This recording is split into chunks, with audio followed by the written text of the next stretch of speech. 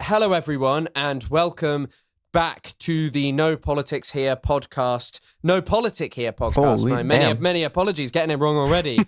This is episode 6. I am joined by my wonderful co-host, Isaac. How are you doing, Isaac? Or Isaac Zale of the Overzealots YouTube channel. How you doing? I'm all right, man. I told you I was a little bit sick this morning, but I'm extremely excited to talk with you and talk about Venezuela and everything that just happened. Yeah, well, for me, that's perfect because, as John Fetterman put it, I've been feeling Venezuelan, you know? I've been feeling Venezuelan all week. We are all Nicolas Maduro, in the same way that Charlie Kirk's shooting brought us all together as Charlie Kirk. This week, after seeing Nicolas Maduro getting perp-walked through the US, watching him hype-mog all of the DEA losers and looking credible even when he had a blindfold flipped upwards, I am entirely of the opinion now that the Bolivarian revolution should continue and will succeed. And yeah, all it took was for him to hype-mog the DEA, and it's good for me. He was aura farming. Holy shit, dude. Yeah. Yeah, he was aura farming. But I fear that aura farming against DEA agents is not that hard. I mean, have you seen Breaking Bad? Yeah. They have a distinct look. They're, cops in general. It's not that hard to mog them. Yeah, it's not really that surprising that Dean Norris, who plays Hank, was like typecast as a police officer in everything. He actually does kind of have aura, though, that guy. Yeah, he's funny, and I think he's pretty based. I think he's pretty based, too. I think, from what I can tell, he's like maybe a progressive lib or something, but he's cool. Yeah. Relatively cool guy. We Are Nicolas Maduro is insane. That is diabolical. It just fully clicked for me right now. Well, we are. I think we all are this week, and I think that's undeniable. Before we get into Venezuela, I guess there's some other major news stories, and obviously we haven't got time to cover things, but it's been a pretty crazy week. I mean, this episode started out with the plan to talk about the potential secession of southern Yemen, and within the time period, actually, even if we had still talked about that totally collapsed. A major growing rift between the UAE and Saudi Arabia, major protests breaking out in Iran that are seemingly very big and are almost a dead end for the Islamic regime because in part they relate to a horrifying economic situation. And then also obviously a significant event that I would assume that has kind of been impossible to not see is the ICE murder of Renee Good. My God, dude, that was fucking devastating. Holy shit. I got into I didn't get into anything, but I was replying to Asmongold because I saw that guy tweet probably some of the most barbaric shit I've ever seen him say, like up close to the genocidal comments he made a while ago. He responded to the video of her being publicly executed and saying, "Rip bozo." Do you know who he was responding to, though? Yeah, so I know. I noticed after I started replying to him that I was kind of on the same side as Destiny on this. But do you know why he's banned from Twitch? Destiny? Yeah. Do you remember? Yeah, because he told people to mow down fucking protesters. He's a hypocrite. It's so it's such an ironic thing that so many people who are outraged about this are really only outraged because it's against Trump and, offered support when there were protests that they didn't like that were challenging, the American system. Look, I mean, I don't want to take away from the severity of what happened to the innocent lady, but I mean, this is behavior that the American empire has been conducting throughout the world. Yeah. And I hate to be like an Imperial Boomerang guy right now, but everybody will know this incident for the foreseeable future, as they should, because it's tragic and horrific. How many people do you think know about, say, the Nisar Square massacre of civilians in Iraq by Blackwater, the private paramilitary contractor group?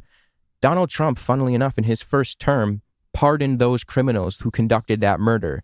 And then people are surprised when that barbarity makes its way back to America. He enabled massacres in the third world. He's going to enable them at home.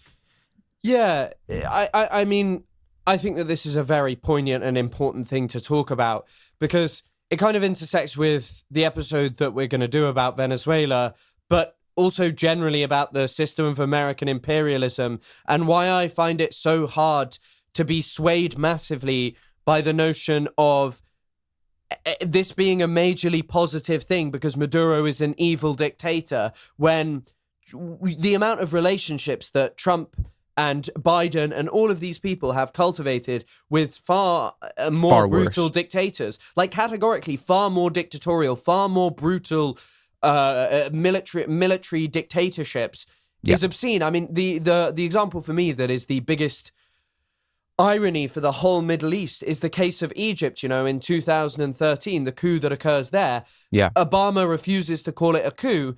And in early August of 2013, John Kerry, the Secretary of State, refers to a literal military coup that is categorically undemocratic, that destroyed Egypt's first ever democratically elected civilian leader who won a popular, free and fair election. Categorically, John Kerry praises Sisi for restoring democracy, and then a couple of weeks later, he massacres thousands or over 1,000 protesters, peaceful protesters, and it was kind of just okay because they were Muslim Brotherhood associated and aligned with Morsi. And truly, it is like unbelievable that today, very early on, that there were many people in mainstream media and more lived out leftists who were kind of like wanted to focus the conversation around Chávez being a dictator and Maduro being a dictator, and whether anything. I thought you were talking about Bernie there for a second. No, yeah. He did call Chávez They want to focus the conversation around that rather than like, this is not actually what matters in the system of Western imperialism, neither to Trump nor Biden nor Kamala Harris nor any of those that came before them, whether left or right. It's just about the completely irrelevant. Saddam Hussein was a worse guy than Maduro. Still don't think he should have been toppled because what came after him was categorically worse. America is the moral superior to absolutely no one. They have spent the last half a century upholding and propping up despots in specifically Latin America and the Middle East, all over the world, really, and deposing democratically elected figures. Sukarno in Indonesia, Allende in Chile, Arbenz in Guatemala. This is João Goulart in Brazil. That was JFK. So this is a uniparty, bipartisan chain of events. Yeah. But I will say, well done to Donald Trump on winning the inaugural FIFA Peace Prize. Gianni Infantino, the man who said, I believe, I feel gay, I feel disabled, if you remember that banger rant that he went on, has actually given Trump the Peace Prize. And, with what's going on in Venezuela, wow, maybe this was actually a massively positive thing for the Venezuelan people. But what did he call them again? Venezuelans? Venezuelans. That's what Fetterman was calling them.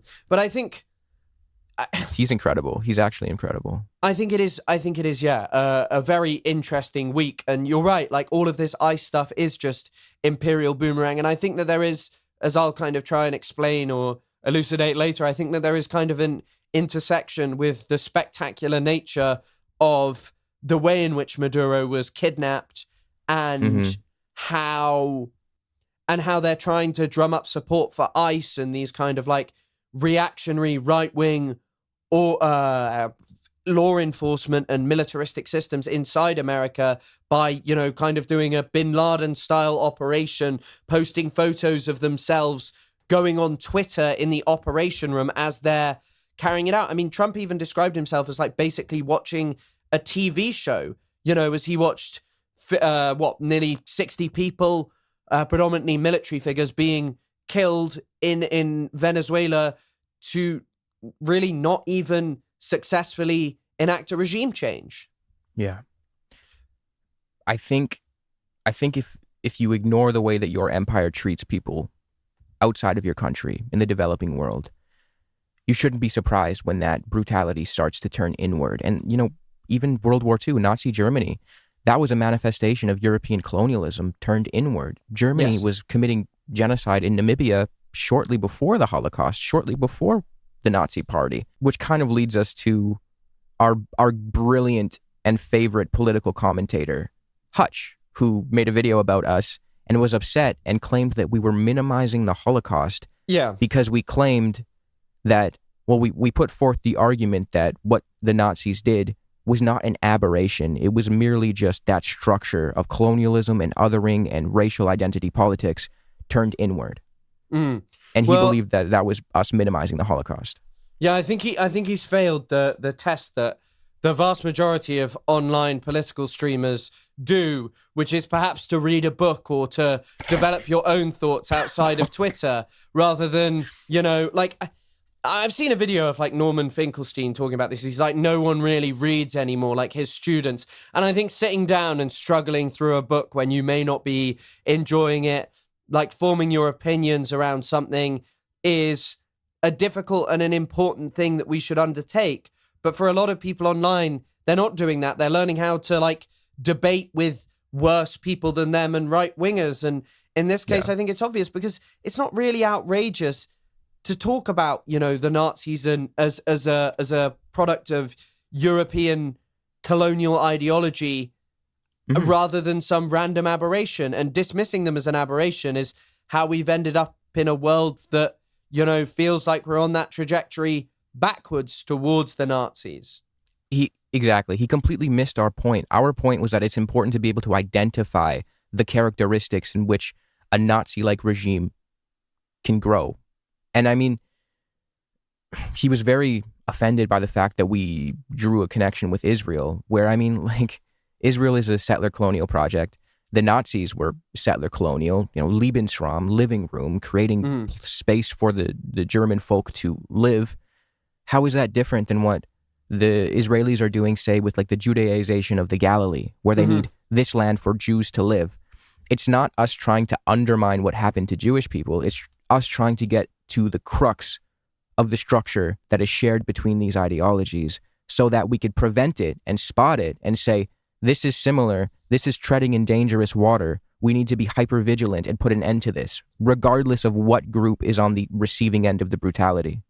Yeah, I mean, for me, what I think is the most important thing is why you're making those comparisons. Like, and this isn't even in relation to, as we mentioned, he had a very interesting interaction with the IHRA definition of anti-Semitism, which he had in front of him, but he couldn't read it for some reason or work out that what either you or Noah was saying was categorically true.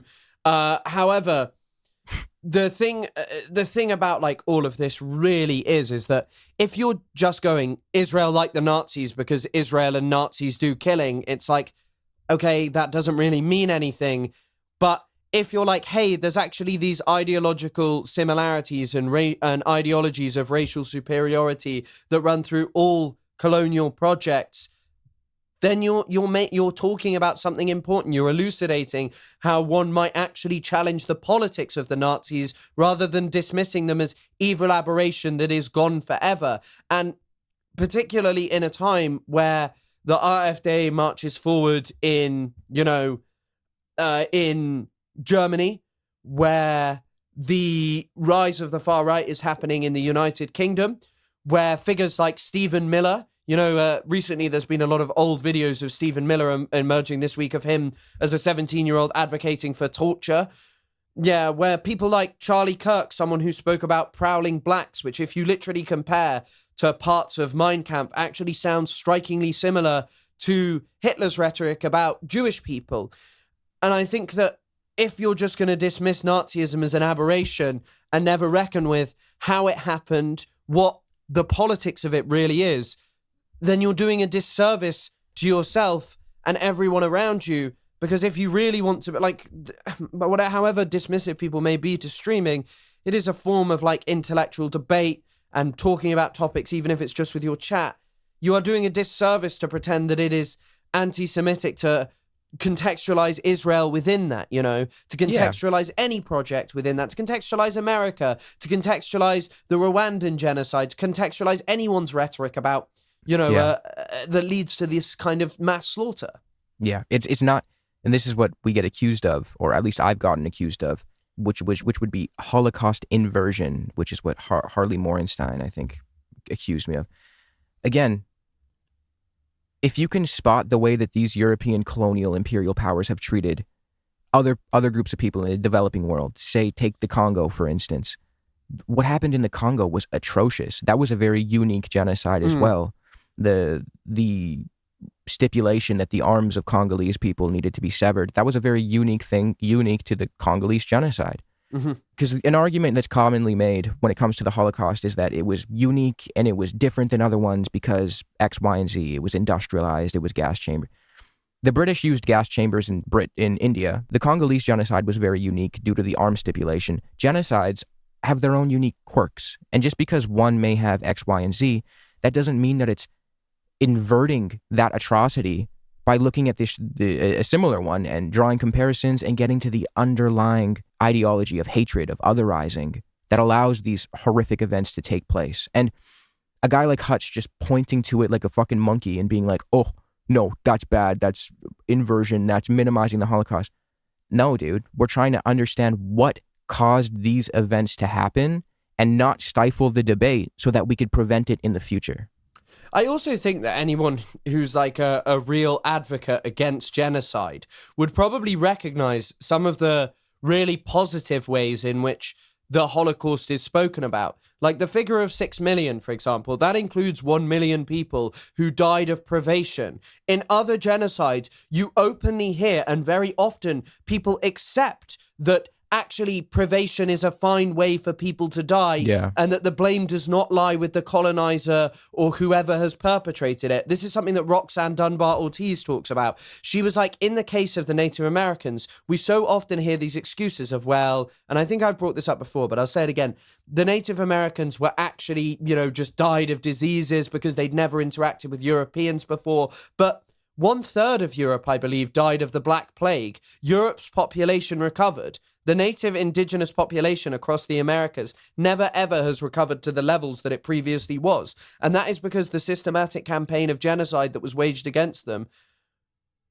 is what led to their decline and them being ravaged by diseases, not something that is exclusively just an accident because it happened alongside a genocidal campaign. It would be like saying, oh, well, the Nazis didn't know everyone was going to die of typhoid. Yeah, they just didn't know that putting people in camps and working them to the brink of death was going to kill them. They just didn't know, and that we need to revise the figure downwards. And no one would seriously make that argument. In fact, you would be called a Holocaust denier for doing that. You should. Yeah, exactly. In a video I made a little while ago, I covered the talking point that you see made by Zionists where they argue that in Palestine, in Gaza, people were dying due to a comorbidity and not starvation or whatever. They're saying it can't be famine. This kid that just died had X, Y, and Z. They had some other underlying health issue. What is the difference between that argument and making the argument that the Nazis didn't kill all these people? These people died because of typhoid, or at the end of the day, the blame lies on the oppressing, occupying force that has created the circumstances in which these horrific diseases and starvation and all of this shit can bloom. Yeah, 100%. And I guess kind of that brings us on to sort of, what we want to talk about this week, because we want to talk about Trump's, kidnap of Maduro on, was it Saturday? I think it was Saturday. January 3rd, Saturday. Sunday, yeah. Saturday last week. Well, if it's the 9th today, it was January 3rd, which was Saturday last week, which is, it's obviously not a genocide. However, it's an extension of Western imperialism and the continuation of American empire in across South and Latin America and Central America and really all over the world, where there is kind of still this supremacism going on where a lot of people feel like America has the right to dictate what is going on there. Yeah. And as we've already mentioned, Americans, be extremely aware of how your empire treats people in the developing world, because as we just saw a few days ago with the tragic passing of, was it Renee Good? Renee Good, yeah. That shit comes back to bite you. It is a boomerang. Before we get into this though, Chris, I forgot to say this. Hutch, if you want to come and talk to us, because you had a lot of grievances when you were not speaking to us face to face, you're more than welcome to call into the show. I would love to speak with you when it comes to Palestinian history. The last time you reacted to one of my videos, you lost a debate to a pre-recorded video. So you're more than welcome to call into the show if you would like. All right. Yeah. You want to get into pre-Chavez, maybe talk about that? Yeah, I guess it's good to lay the groundworks of kind of how we got here, because, you know, this isn't really something that began with Maduro. America's incitement and actions against Venezuela really ramped up, particularly when it comes to sort of talking about Maduro under his predecessor, Hugo Chavez, a guy who had who was aura farming to the max. I love. Yeah. I don't know if you've seen the clip where he goes, "Damn you, Israel! Damn you!" I love that one. And bro, his UN speech. His UN speech. The sulfur one. Incredible, bro. He was certainly aura farming. Yeah, insane levels of aura. I do think it's important to kind of understand what led up to Hugo Chavez, because Chavez did not just come out of nowhere. There were circumstances in Venezuela that necessitated the rise of a guy like him. You could say that the Venezuelans yearned for an Hugo Chavez, but we can start back in like 1948, if that's not too far back, when there was a dictator, Marcos Pérez Jiménez, who was backed by the Americans, well, at least supported by the Americans, because he was accommodating to U.S. companies, particularly when it came to oil. He was brutally anti-communist, which meant that he was a ideal ally in the Cold War. It was no secret. The guy was brutal. He was barbaric. And despite that, the U.S. awarded him with the Military Legion of Merit, which is the highest civilian award. Yeah, I'm going to say that really does shock me. America's history and legacy in Latin America and South America has really not involved brutal death squads whose only real positive seems to be controlling resources for America. Yeah, exactly. Who would have thought that they would stoop to this level? They also supported the DSN, which was like his secret police force. They assisted it as it tortured and murdered innocent people. He took power in the coup in 1948. Well, his military took power, and then it consolidated into his rule a little bit after. But by 1958, Jimenez was ousted by a popular uprising, and Venezuela was ushered into a new period. So it's important to understand that up until 1958, Venezuela, it was no stranger to authoritarian, despotic strongmen at its helm. By 1958, after the dictator fled the country, Venezuela's main political parties came to an agreement called the Punto Fijo Pact, which basically stated that the main political parties in Venezuela would share power. This was an attempt to prevent another dictatorship in Venezuela, because, as I said, dictatorship and despotic authoritarian strongmen was common. It was common in Venezuela's history. You can go back even further to Juan Vicente Gómez. We spoke a little bit about him before we started this episode, but he was another dictatorial strongman at Venezuela's helm who was also supported by the Americans, and he was barbaric. He would throw people up on meat hooks by their throats, by their testicles. Disgusting, horrible shit. Yeah, it's kind of funny as well, because America still has like a legacy, and especially American private mercenaries. I remember they talked about it in, once again, Blowback, another brilliant podcast in their Iraq series, about private mercenaries doing really similar kinds of behavior. But I mean, just quickly to add is his predecessor, Castro, who we'll talk about for like a tiny bit later. Juan Vicente Gómez's Gómez's predecessor, was referred to by President Roosevelt as an unspeakable, villainous little monkey. And the diplomat Francis Huntington Wilson, Yale educated, described another economic nationalist, Nicaragua's president, Jose Santos Zelaya, as an unspeakable carrion. And Roosevelt thought Colombians were contemptible little creatures. And so, like, I think that all of this, and from the very early period, is once again informed by the kind of racism that we were talking about. So prior to, the dictators sort of being deposed eventually, Venezuela has and really continues to this day, and Venezuelan people actually as a whole, continue to be demonized and treated as problems and portrayed as evil immigrants who come over and sow chaos for Americans, send over drug gangs. And it's really interesting because, the context of the Nazis, how much has really changed? Sure, probably Trump is... I mean, I wouldn't put it past Trump to call, Maduro an unspeakable, villainous little monkey. Mm-hmm. However, in terms of the reality for Venezuelans, for a very long time, they've just been under the thumb of American imperialism. Yeah. Honestly, I would say since Columbus stepped foot in the land in 1498, Venezuelans have experienced some form of instability, if not outright suffering. To give the only tiny bit of credit that I've ever seen given to Christopher Columbus, though, is when he launched off from Spain, everyone literally thought he was just going to fall off the side of the world. And it was actually like it would have been a better thing for the world, unfortunately. Tony Soprano would have been really mad, though. Yeah, that would have been a really difficult day. But, I've heard in the South they're not so fond of Columbus because he turned his nose up at the South. Sorry to detract a little bit, but I'm sure people will be interested in this anecdote.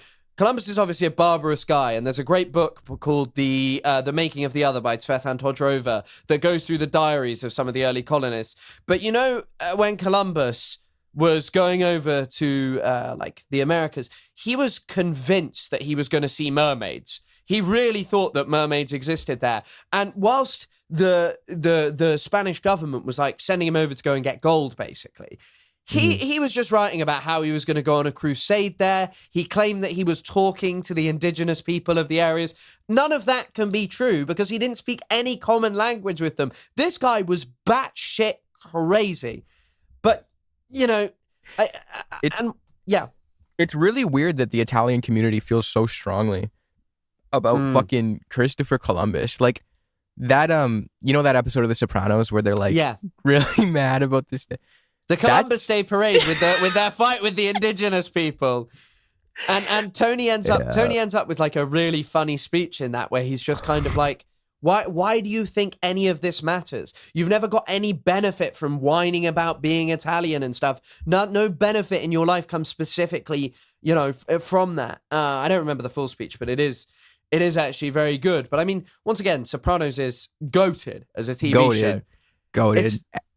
As someone who can give some personal anecdote, I do know Italians who are literally like that. Like they literally believe that Christopher Columbus is some sort of great representation of the Italian people. I mean, you're talking to a British person here.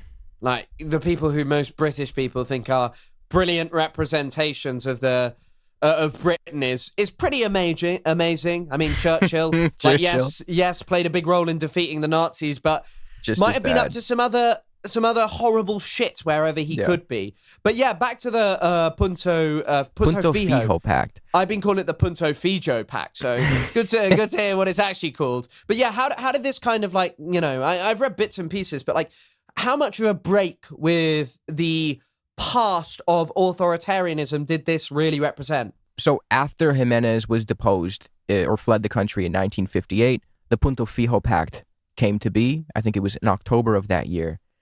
And the Punto Fijo Pact essentially was the main Venezuelan political parties agreeing to share power amongst themselves. And that was done as an attempt to prevent another Marcos Pérez Jiménez, another dictator.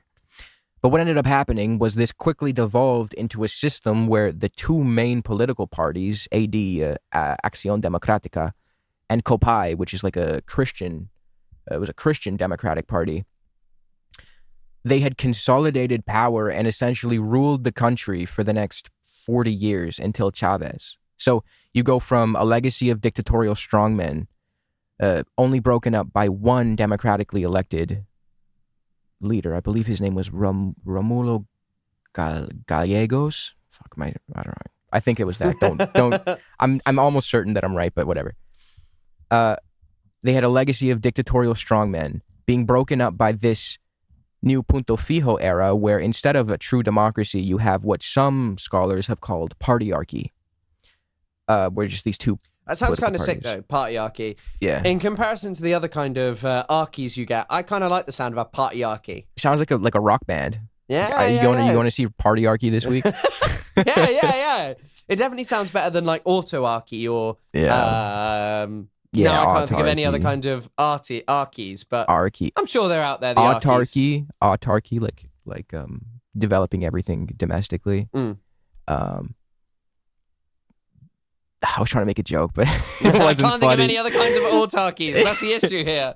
I thought that there was something in that, but there's unfortunately there's not. But yeah, I mean, reading bits and pieces about this, there are I guess moving. Are you ready to move on to Chávez kind of stuff now and how he comes to power? Yeah, I was thinking of talking about or going in from how the Punto Fijo era, the era of partyarchy.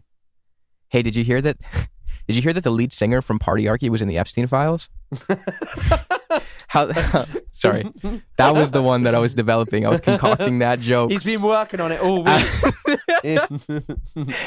Anyways, the Punto Fijo era was ripe ground for a guy like Hugo Chávez to come to power. Close to the end of in the 80s, that's when the neoliberalism in Venezuela really started to amp up.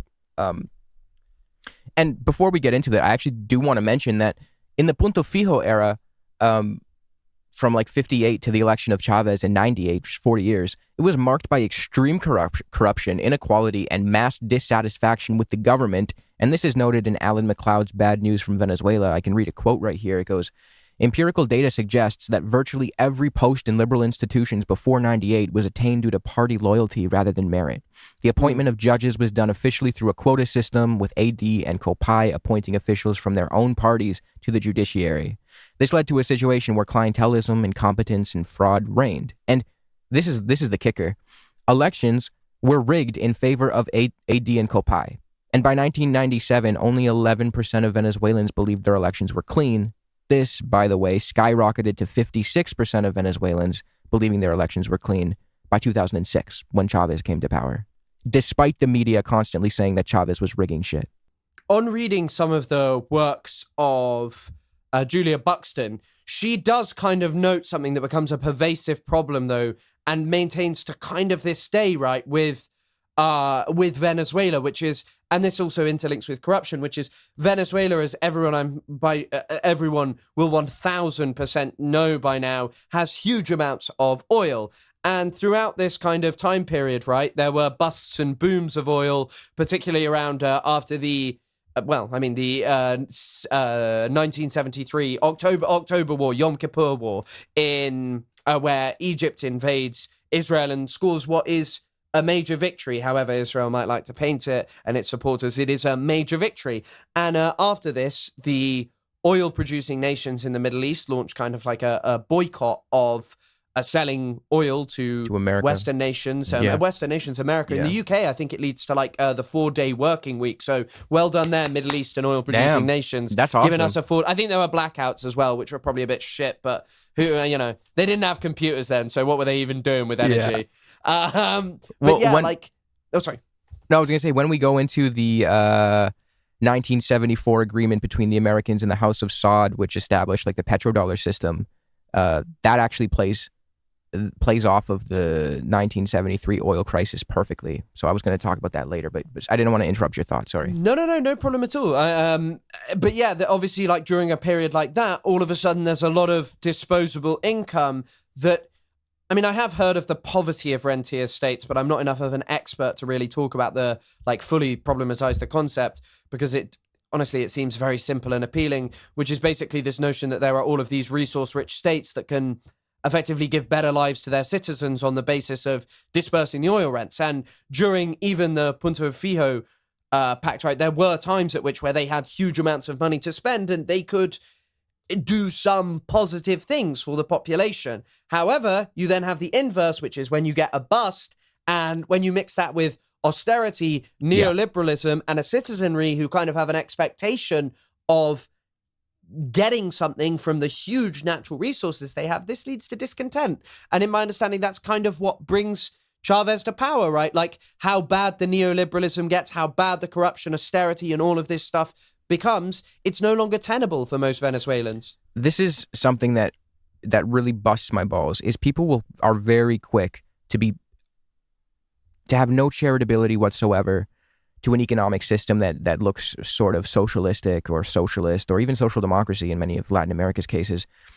But when it comes to neoliberalism, the proven palpable historical effects this has had on people across the world, it's crickets. That's never seen as the culprit in the West because obviously it's profitable to not see it as the culprit. But in Venezuela in the 80s, during the height of the neoliberalism, they had a massive foreign debt. It took out IMF loans that came with those classic conditionalities. For those who don't know, when you take out a loan from the IMF, you are typically greeted with something called a structural adjustment program, where the IMF essentially gets you to restructure your economy, introduce austerity, trade. They make you woke as well.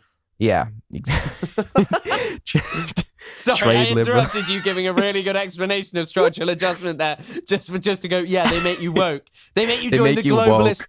Yeah, they make you join the globalist Davos agenda, and they make you eat bugs. They essentially just make you restructure your economy in a way that you can refinance your debts and just benefit the IMF. Yeah. And those are disastrous. Like, that's a disastrous period in the Middle East, across the Middle East, North Africa. Disastrous for countries like Egypt when they start engaging in these policies. And it causes discontent there, which ends with Anwar Sadat, the pro-Israel... Well, he ends up getting... obviously, of course, he gets assassinated by the damned Muslim Brotherhood once again.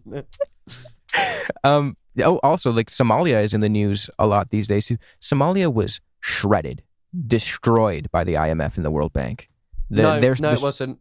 Somali fraud, daycare fraud is the major issue that's going on with Somalians these days. That's true. It was not the international monetary system. It was goddamn daycares. Yeah.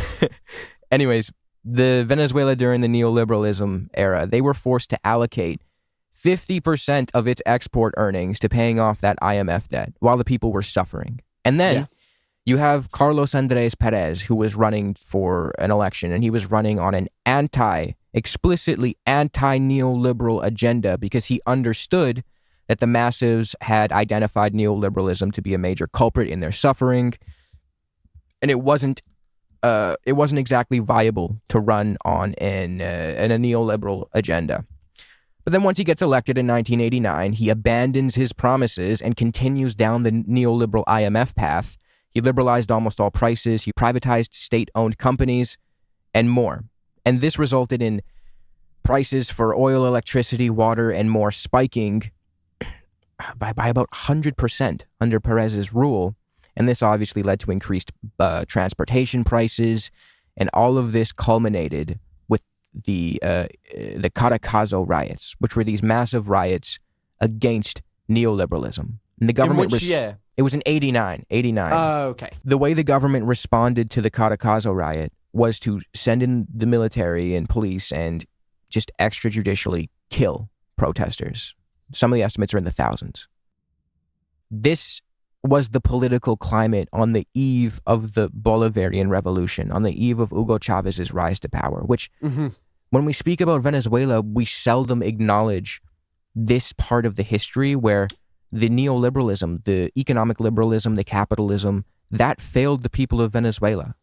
That really surprises me because generally around the world, it hasn't really failed people. And most people have had pretty good times, especially recently. Yeah. But another like point to note about that is, I guess you kind of see this manufactured thing now that even comes out of liberal sort of publications like The Guardian or like allegedly left-leaning ones, where they're like kind of citing someone who's like, oh, all the Venezuelans' troubles came from the Bolivarian revolution. We've been under tyranny since then. And I don't really think that that's congruent with reality or history. It's not. But then generally all around the world, right-wingers don't really give a shit about any of that and would rather give you a nice, lovely narrative that Hugo Chavez and Maduro bad, America good, and they ruin everything. Yeah. I mean, like the aforementioned statistics I read off from the McLeod book, more people had faith in their electoral process once Hugo Chavez assumed power as opposed to the neoliberal era. And if you want, there are more statistics that are from that book, Bad News from Venezuela, where it goes into just how Hugo Chavez benefited the country, because not only was he not this, crazy, murderous, communist dictator that you may have the impression that he was if you live in the West, but he actually oversaw some of the greatest achievements in Venezuelan history. If I may, I can list them off. In the 20 years prior to Hugo Chavez, Venezuela's Human Development Index increased by 0.045. In just 10 years after Chavez came to power, the score increased by 0.084, nearly double the development in half the time. By 2005, Venezuela was declared illiteracy-free, according to the UN. During the neoliberal era before Chavez, poverty stood at 49.4% and extreme poverty at 17.9% in 1999. By 2012, poverty had been cut in half to 25.4%, while extreme poverty was reduced by 3/4 to 7.1%. In 2013, the UN Food and Agriculture Organization commended Venezuela for reducing malnourishment, noting that during the neoliberal era, 2.8 Venezuelans were undernourished, and by 2012, under Chavez's rule, the number of undernourished Venezuelans was, quote, not statistically significant. Yeah, it's kind of incredible what this man is able to do, and it's really empowering in many ways. If you watch, as I've mentioned on my stream a few times, I would highly recommend John Pilger's documentary, The War on Democracy, because you actually see it's highly detailed about the 2002 coup where the US actually capture Chavez, right? And they take him out the country, and there's fears he's going to be executed, but huge street protests cause basically a situation where that's no longer plausible.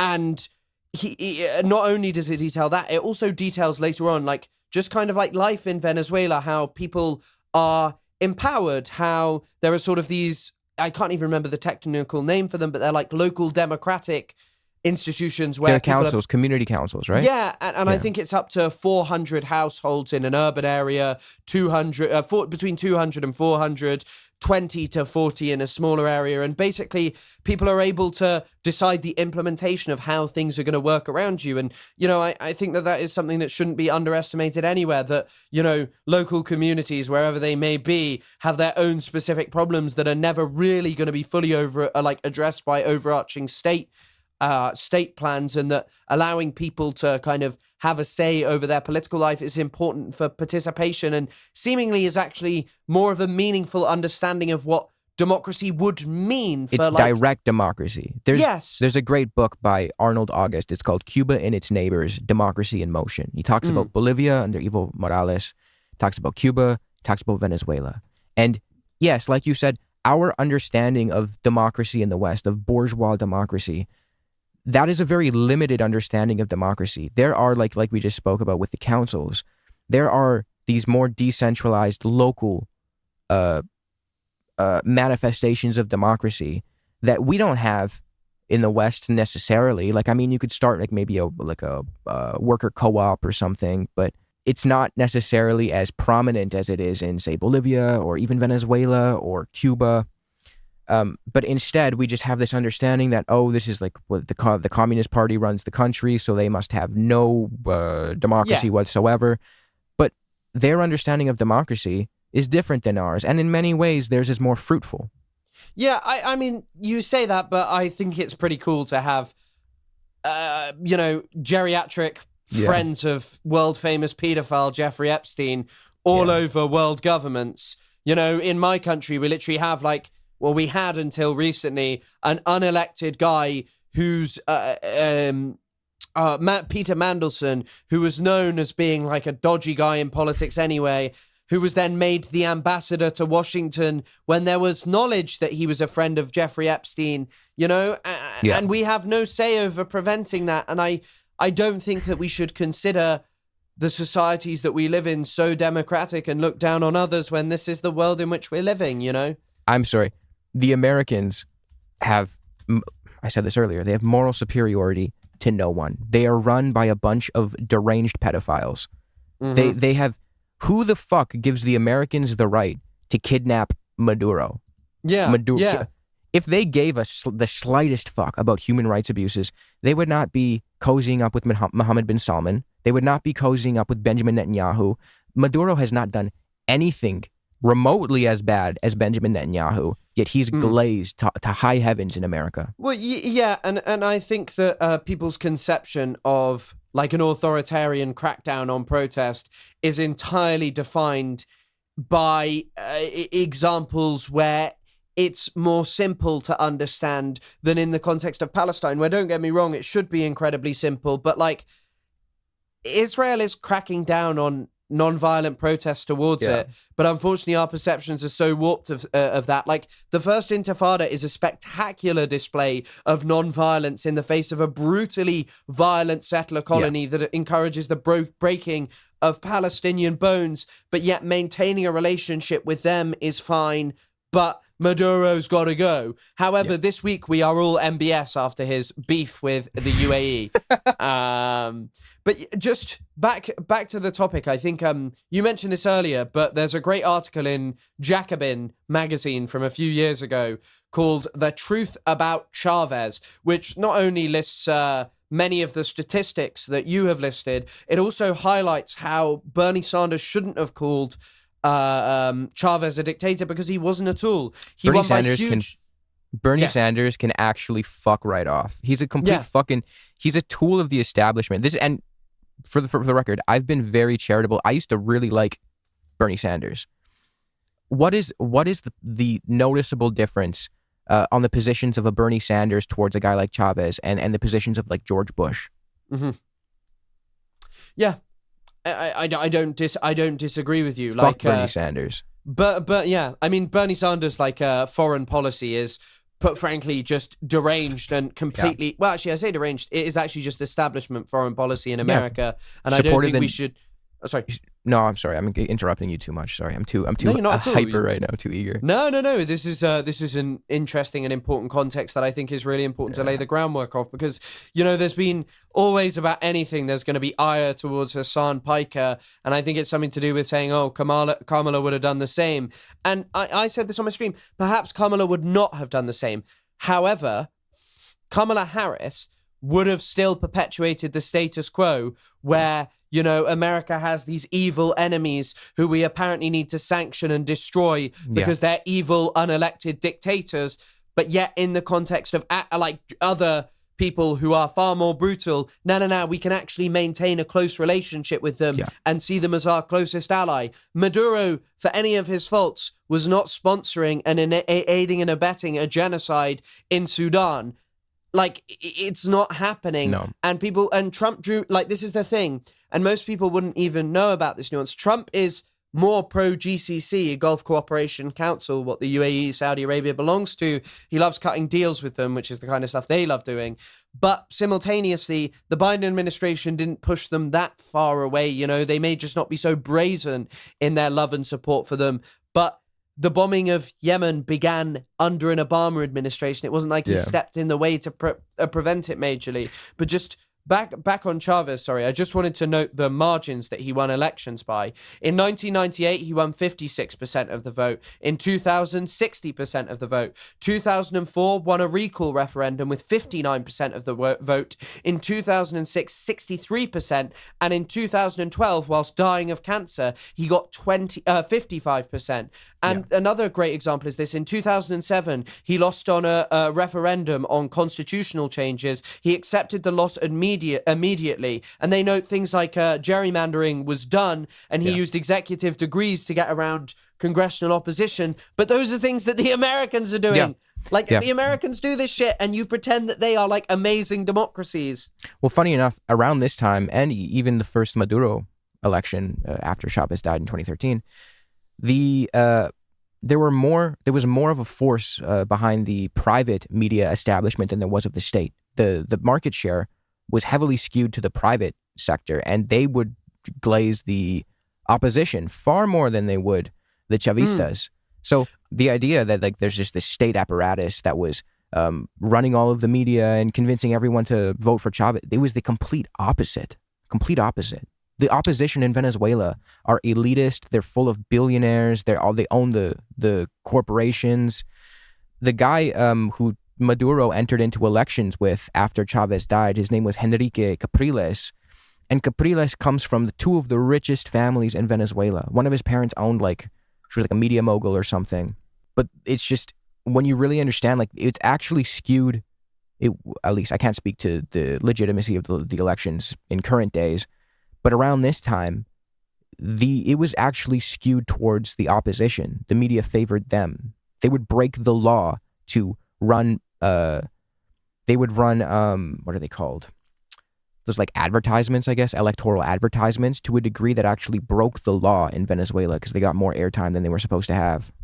Yeah, and it's kind of interesting because there's clearly like a fundamental ideological division between the opposition and the Bolivarian revolution, Chavismo, whatever you want to call it. Mm-hmm.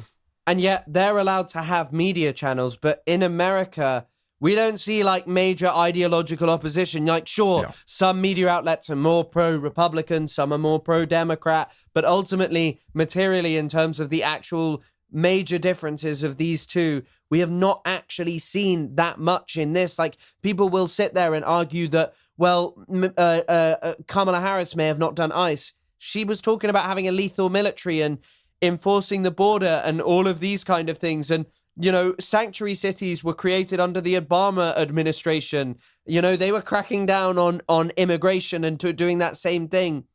It's not some unique right-wing thing. American empire is a uniparty endeavor, and that becomes abundantly clear when you study foreign policy, specifically in the Cold War. Like, I believe it was 1964, the overthrow of João Goulart in Brazil. João Goulart was a progressive liberal. This guy was not even like a socialist. He was like a Christian dude. JFK overthrew him. JFK.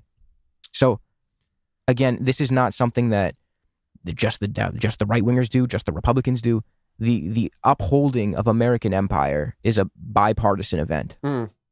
Yeah, I mean, I don't disagree with you. And in fact, like, I think one of the best ways to kind of point that out would be to highlight the most liberal guy, Bernie Sanders, being like having this to say about Chavez, something that is objectively untrue.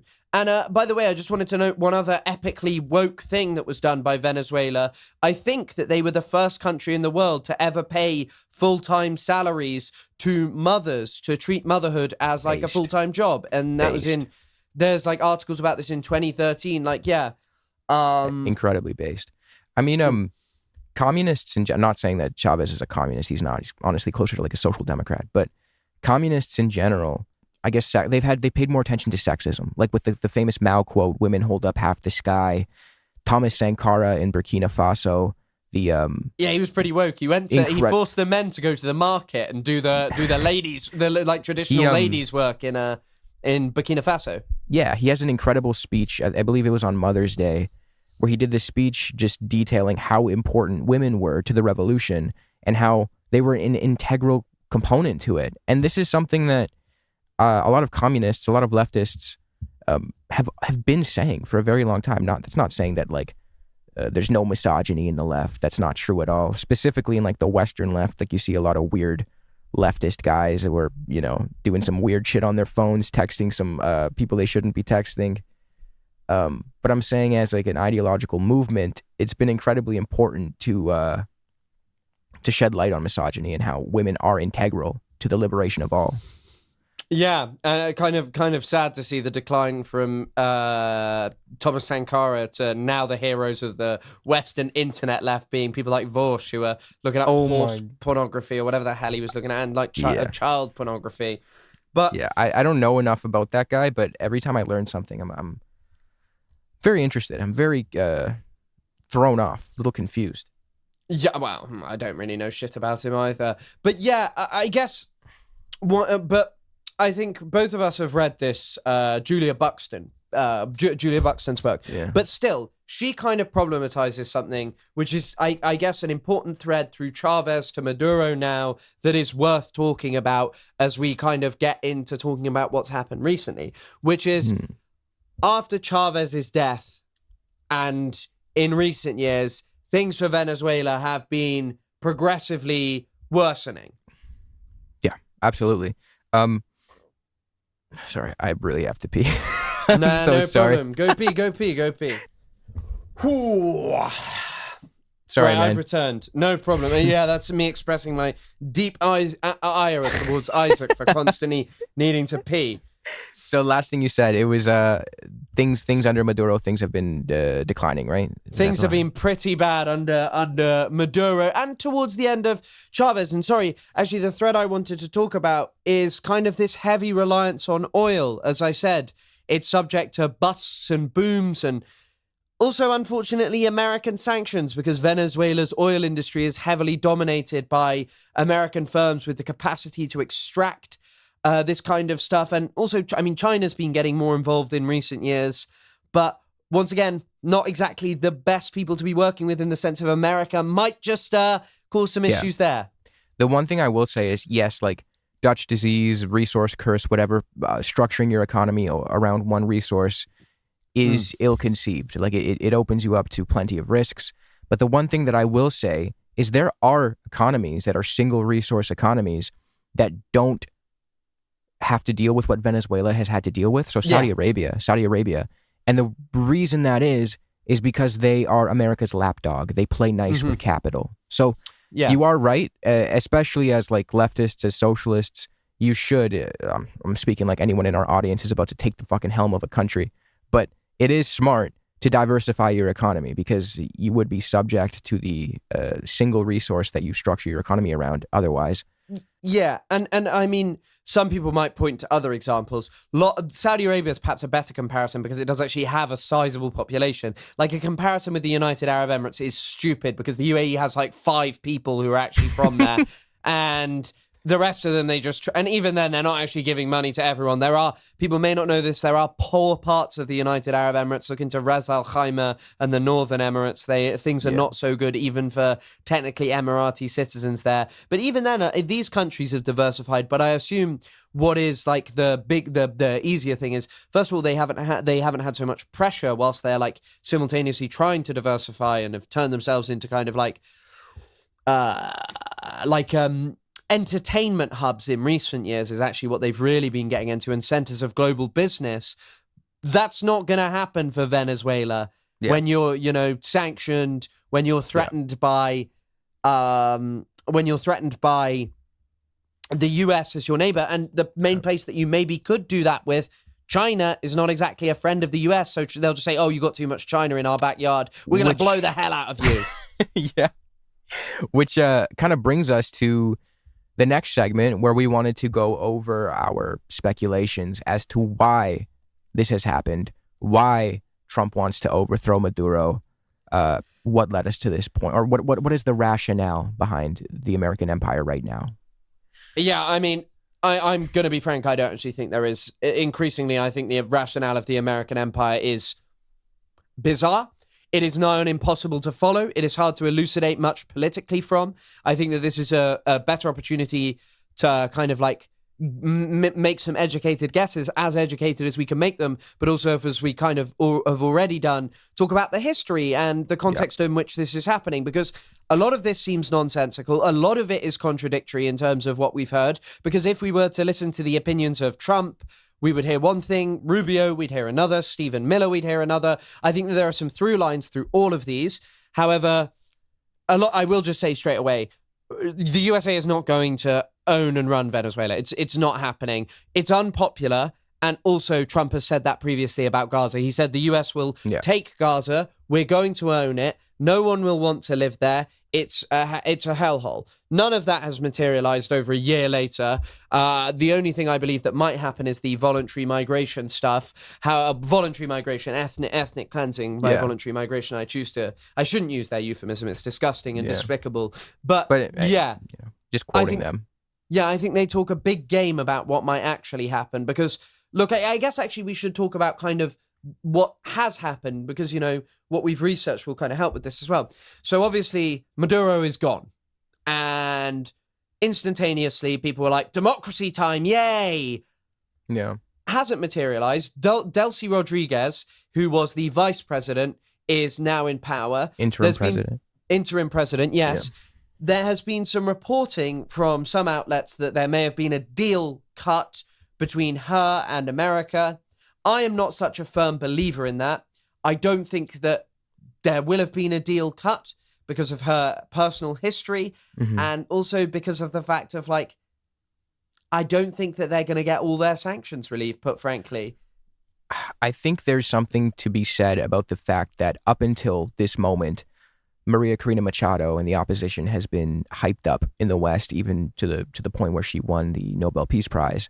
But then when it comes to the window in which she could actually be installed, the Americans chose not to do this. And I think that speaks to the fact that she's not actually very popular in Venezuela. No. That if she was shoehorned into a position of power, it would become incredibly obvious that that's not where she's wanted, despite her claims that I think she says, 70% of the population support her. I can't remember what it is. But Maria Corina Machado and just the opposition in general in Venezuela, their goal or their modus operandi is to constantly scream fraud, scream that all of the elections are rigged, and galvanize the Western media to basically publicize their plight, to treat as fact their grievances. And this is illustrated by the fact that even before elections take place in Venezuela, the opposition will say that they're fraud. They'll say, unless this election comes back with the opposition winning, this is fraud. They'll say that before the elections. Yeah. And I mean, during the Chavez era as well, right, they caused a lot of destabilization through the PDVSA strikes. They were all huge supporters of the coup, even Machado herself. But I do think... She signed the Carmona Decree, which was a decree that basically stated that I put my stamp of approval on this undemocratic process of overthrowing a democratically elected leader. No, but what you got to understand is now she's a Democrat. Now she's good. She's a nice Democrat who represents the will of all Venezuelan people. Yeah. But I mean, I really do have to say, I mean, I've made a TikTok about this, I've spoken about it on stream. Truly the biggest loser of 2026. A real pathetic individual, Corina Machado. Ghastly in terms of like any appearance she's ever makes. Have you seen the ones where she's in front of like business leaders and she's like, 1.6 or 1.7 trillion dollar business opportunity. You can have our gold. You can have our oil. Bring me to power. Like she's also the only one, by the way, constantly harping on about this war on terror notion of, we're bringing freedom and democracy and, it's going to be a time of amazing freedom and prosperity for Venezuela.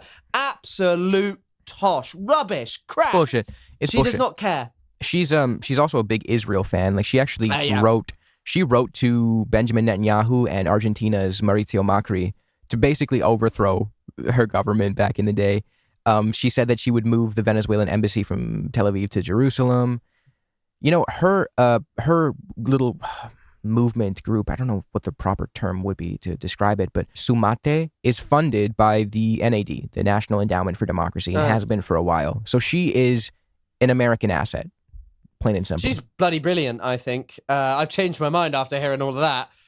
But yeah, I mean, also, as someone who lives in a country with a government who, I mean, you do as well, and so does anyone in Western society, my government is just the most odious and pathetic in the world, where they can't say anything negative about what the US does, anything negative about Israel. We are just pathetic at this point. But like having a government who just grovels to Israel, who grovels to America, who refuses to condemn anything that the Americans haven't told us we can condemn. My God, it is humiliating to live in this country and to be told over and over again that this is legitimate and real opposition that I have to vote for because you can't let the bad guys get into power. Like, yes, the bad guys are bad, but, the good guys aren't doing anything good that's going to help us stop the bad guys eventually from succeeding in instituting a Peter Thiel-based government. And so, it's it emerged pretty quickly that Trump was done with Machado. He was like, she doesn't have the motion. She doesn't have the respect to rule Venezuela. Yeah, she has no aura. She has no aura. She does have no aura. Imagine her just giving a speech. It would just be like, we love Israel, free democracy, 1.7 trillion, all at once.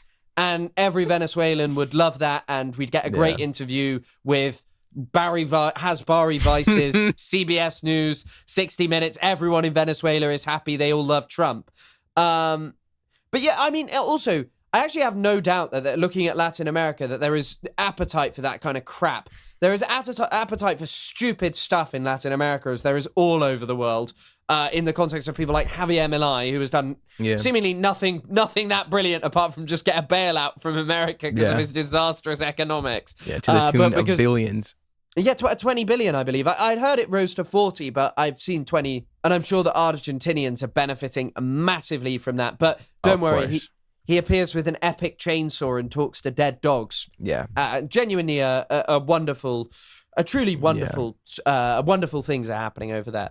But yeah, so where we're at kind of right now, and as of the time of making this podcast, is theoretically and technically the Maduro regime has been decapitated, but regime change has not occurred. Yeah. And a lot of people have said, well, it's just because they want to, they're going to work with America. But Maduro was happy to work with America. Chávez worked with America. Maybe Delcy Rodriguez will be more pliant. Now, developing and thinking my own thoughts about this, what I have kind of decided or am of the opinion of is perhaps they are of the opinion that she does not possess the motion of Maduro, and that she will not be as resilient. She does not have the kind of control to withstand a major protest wave, and thus at some point she may well be deposed, and they may get someone who is even more sympathetic in, probably not Machado because of how humiliated she has been by Donald Trump. But yeah, I mean, I don't know your thoughts on kind of like where it's at, what you see as like happening there. I mean, before I get into it, I do want to mention on something you said, how Maduro was willing to work with the American, willing to negotiate, right? This is something that we see with a lot of left-wing leaders when they get into power. The first thing that they typically try to do is appease the Americans, because they understand life is going to be a lot harder if we don't get these people on our side. Fidel Castro, a lot of people don't know this, but at the time of the Cuban Revolution, he wasn't even a socialist. He was like a progressive nationalist. He went to the Americans. He was an Americaboo. He staffed his government with like conservatives to try to appeal to the Americans. Gamal Abdel Nasser too paraded around Washington prior to 55 as like a kind of poster boy of potential, like, tearing Egypt out of British rule and establishing a new Egypt that was a friend of America, and eventually then portrayed as Hitler on the Nile, as he was regularly called, although the Americans didn't call him that. It was much more the British and such. But yeah, I mean, I don't know what you think about like the current situation in Venezuela right now. I think I have a couple theories. I obviously think the Venezuelan oil one is one of them. The petrodollar is another. And just good old imperialism, I think, is the other. Starting with the Venezuelan oil, some will say that Venezuelan crude is, it's too heavy, it's too sour. But U.S. refineries, especially along the Gulf Coast, are specifically built to process heavy crude. Refineries don't run best on light crude alone. They're designed to blend light crude with the cheaper, heavier grades, which, results in better efficiency and more profit. Actually, a large share of U.S. refining capacity, I think about 70%, works best with heavier crude, which is why U.S. oil imports are heavier grades. I believe 90% are heavier grades. So I do think that there is economic benefit by, seizing Venezuela's oil. But more importantly, I think Venezuela sending their oil or selling their oil to U.S. adversaries like China, using a currency other than the U.S. dollar, like the yuan, which is what we've seen recently, I think that's where the real issue lies. I think it's has more to do with upholding the integrity of the petrodollar. Yeah, I mean, I've seen like a wide range of explanations about this. I've seen a couple of people. First of all, an article in The New Statesman by Bruno Machias. I may have that wrong in the pronunciation.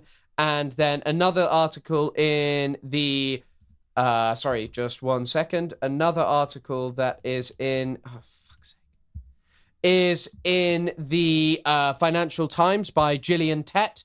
And both of these are kind of making the argument that the US maybe doesn't have that much of an interest. Does have an interest in oil, but that it lies with powering the AI revolution. Now, in China, their models are outperforming in terms of the amount of money being spent on them, and China's electrification is incomparable to the US's. They are doing very well at this, especially because of a heavy investment in renewable energy that China is dub. way cheaper. Yeah. W China on this case, like undeniably.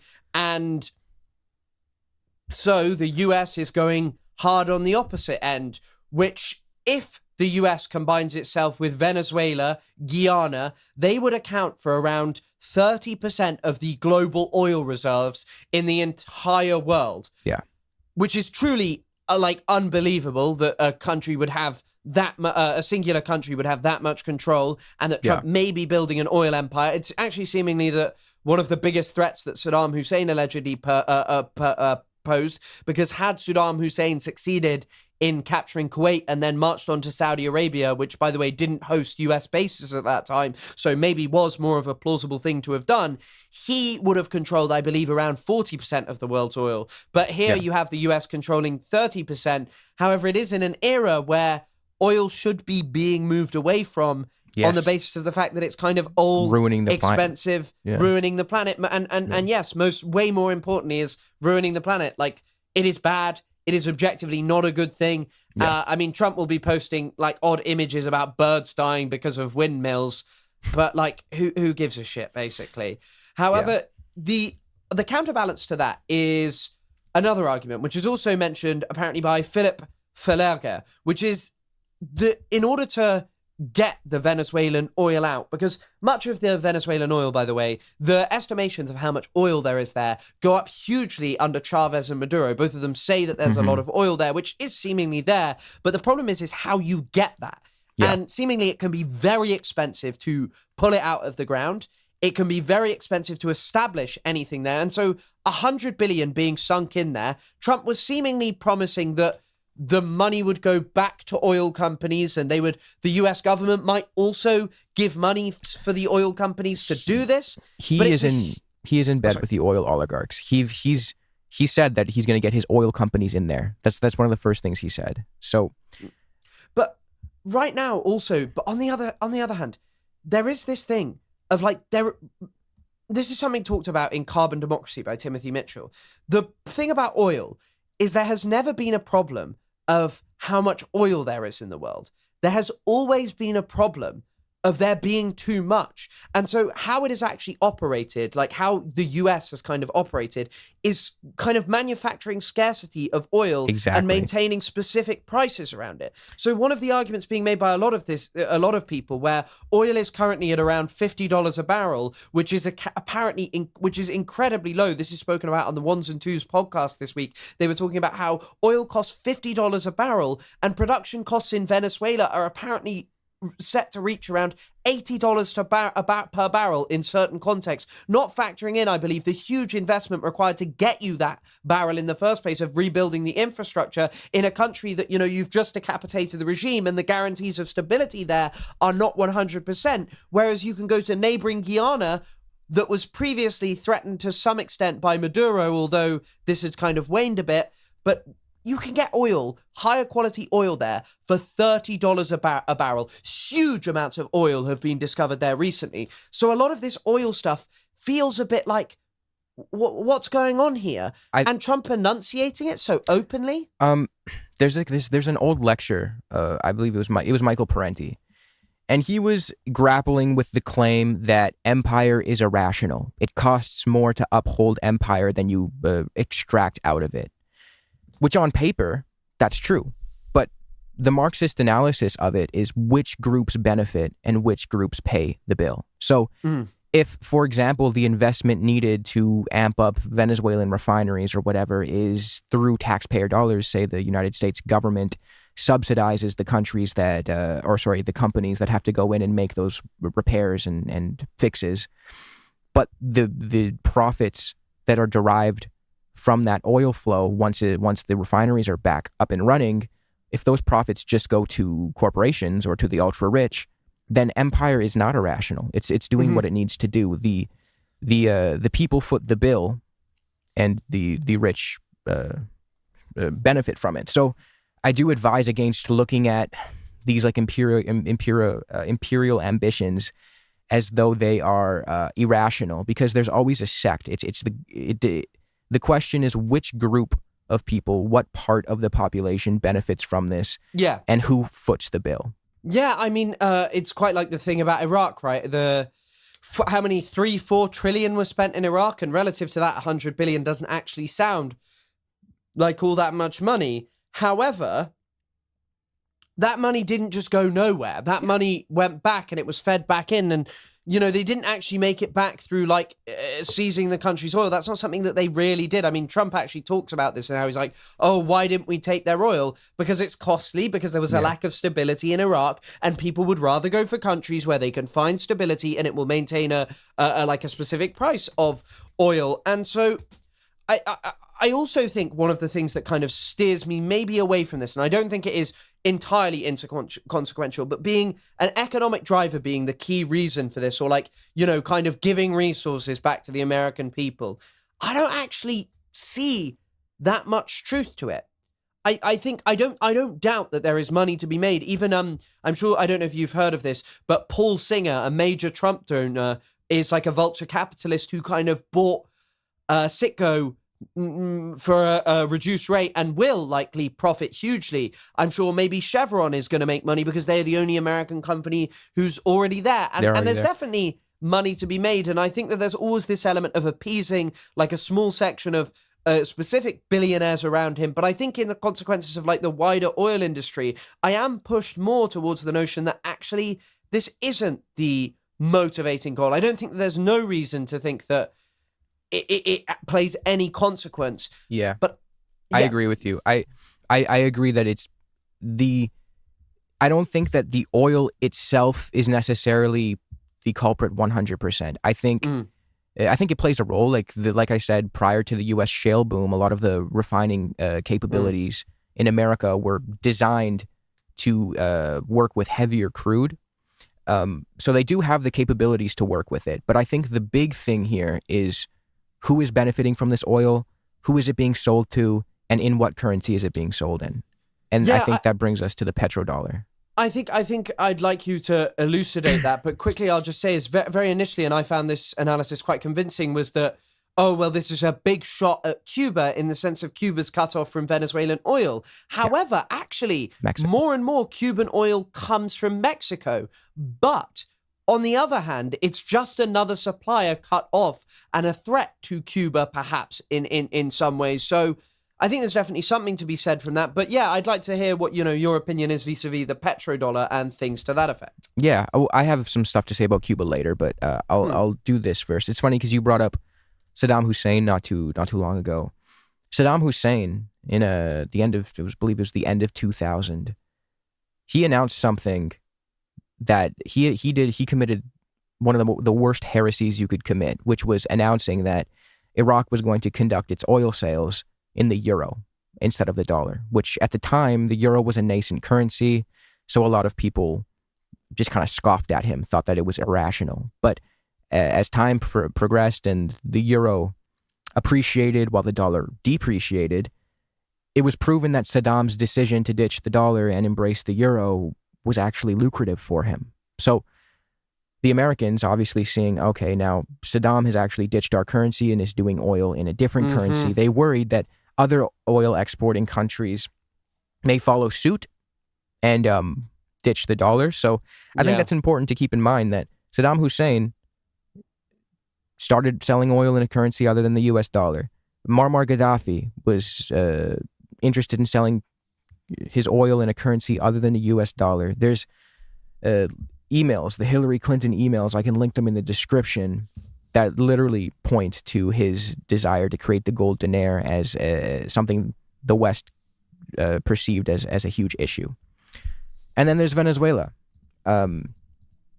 So the petrodollar system, for those who may not know what it is, it's after the gold standard ended, after the Bretton Woods system ended, which stated that dollars would be convertible to gold at a rate of $35 to 1 ounce of gold. Once that system ended, the U.S. entered a period where their currency was free-floating, fiat. Now, when you have a fiat currency and it's not backed by any tangible good, you need to create demand for that currency. Otherwise, you risk hyperinflation if your currency is worthless. So we spoke about the OPEC embargo in 1973, where the oil exporting countries embargoed America and other Western countries due to their support for Israel during the Yom Kippur War. This was an issue. This caused an oil crisis, And due to this, America they wanted to ensure a future where oil could never be used as a weapon against them again. So the next year, Kissinger and Nixon sent, I think his name was William Simon, to Saudi Arabia to strike a deal. Let me just make sure that his name was William Simon. I'm pretty sure it was. Yeah. So in an attempt to make sure that oil could never again be used as a weapon against the U.S., it struck a deal with the Saudis, the House of Saud, that stipulated oil sales would be conducted with the U.S. With U.S. dollars, and the Saudis would reinvest all of their U.S. dollars into U.S. bonds and industry. Mm-hmm. In return, the U.S. promised them military and economic support, and soon after, other oil exporting countries followed. So essentially, now you have this system where the U.S. dollar is in very high demand because everybody needs oil, and in order to now get this oil, they need to obtain dollars. And one of the ways that people or countries obtain dollars is, they'll sell goods and services to America in exchange for dollars. And what ends up happening with those dollars when they buy the oil exporting countries are now sitting on these heaps of dollars, and they don't want inflation to devalue them, so they'll reinvest those dollars back into the United States by buying bonds and securities and investing in industry. Mm-hmm. So now you have this cycle where the dollars that America prints at a very low price are eventually finding their way back to U.S. in the form of U.S. securities. So America can now print, and it pretty much enabled them to leverage their deficit because other countries were essentially financing it. So, sorry, go for it. No, carry on. Well, I was just saying you have this system now where it's like a loop. America issues the dollars go to buy oil, those oil exporting countries give the dollars back to America, and then America is in a position where they can print at a level that no other country can without risking hyperinflation or some sort of economic catastrophe. And this solidifies U.S. dollar hegemony. A lot of oil and a lot of trade is done in the U.S. dollar. It gives the U.S. what has been referred to as a position of exorbitant privilege. And by threatening that system, America will pretty much do anything to preserve it. Yeah. So when did they start selling? When did Venezuela start selling it in the Chinese currency? Well, funny, this is more of a recent thing, but Venezuela back in 2001, I believe, they said that they were thinking about selling in the euro. That was an issue. I think it was around close to the end of the 2010s, maybe 2018. They created an oil-backed cryptocurrency. And America immediately. Wow. Yeah, America sanctioned that shit immediately.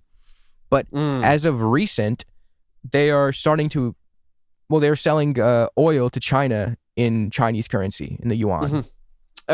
Okay.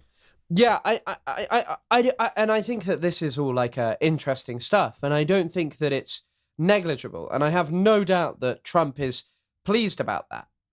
Now, what I also think, on the other hand, and I've heard it described as this, once again by twos, cosplay resource imperialism. Now, once again, speaking about my community and someone who we mentioned earlier, Asmongold. Asmongold has voiced a bit of discontent previously over the Trump administration. I mean, his views on it are particularly confusing, but obviously the Trump administration has had some pretty significant stuff. It's taken a pretty big hit to the base over the Epstein files and the failure to release them. They've lost people like Dan Bongino, senior figure in the FBI. That's not his real name, it's Bongino. Yeah. Kash Patel's still there, luckily. They've obviously lost Charlie Kirk, and anyone who loses Charlie Kirk, we all know the pain of that one. But anyway, they have been suffering. But when Asmongold watched this, he was just like, yes, stealing other countries' oil is based. It's cool. It's awesome. And even Nick Fuentes was pretty excited by it. He was upset about the potentially getting embroiled there. But Nick Fuentes, someone who's apparently anti-Israel, who's against Trump on for a multitude of different reasons, is now all of a sudden back like, oh my God, this is so based. I think part of it, they like seeing what they deem third world inferior cultures being destroyed by epic Americans. They like seeing communists getting owned. And so I think Trump kind of pushing out this bullshit kind of vision of, oh yeah, we're taking all the oil. We're back to being as strong as we once were. We're not being humiliated by other countries who perhaps are doing things like trading with people we don't like, trading in different currencies. Yeah. We are back to assert our dominance here, you know, kind of taps into this concept of the Monroe or the Donroe Doctrine, as he's been calling it. You know, I think he said that other people are saying that he's definitely the only person saying that. But yeah, I think that if you also look at polling, there has been an increase in support from Republicans who are like, hey, I kind of like this shit.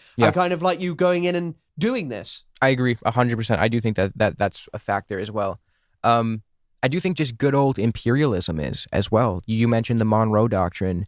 For those who don't know what that is, it's a 200-year-old colonial doctrine to keep the Europeans out of Latin America. It essentially conceived of Latin America as the U.S.'s backyard and said that any other European imperial power meddling in America's backyard would be unacceptable.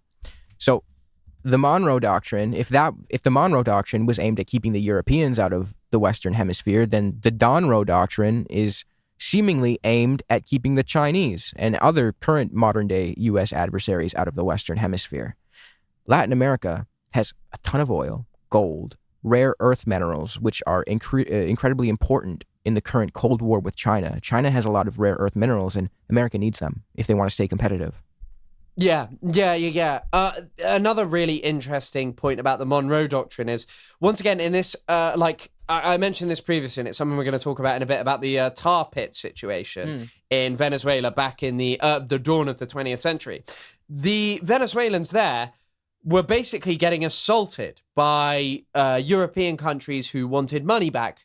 Germany, Italy, and London, England. They basically wanted their money back, and the reason, these were all on loans that Venezuela was considering not paying back because they dated back 100 years. And so they tried to cite the Monroe Doctrine. And Roosevelt has a brilliant quote. He says, if any South American country misbehaves towards any European country, let the European country spank it. So basically, he had the Monroe Doctrine at this point, you know, it's even 100 years old then. It wasn't for like Venezuelans to use. It wasn't about like building a better hemisphere. It was entirely about, we deserve this, and any European who hang over here, get out, don't have any more desires on it, or we're going to start interfering in your hemisphere over in Europe. Yeah, I think that becomes abundantly clear when you look at the Roosevelt Corollary, which supplemented the Monroe Doctrine and essentially stated that the Americans, in order to protect their interests in the hemisphere, would intervene however the hell they wanted in Latin America. So it was explicitly not to look out for the interests of Latin America. It was colonial. It was about enriching America, the metropole. Yeah, 100%.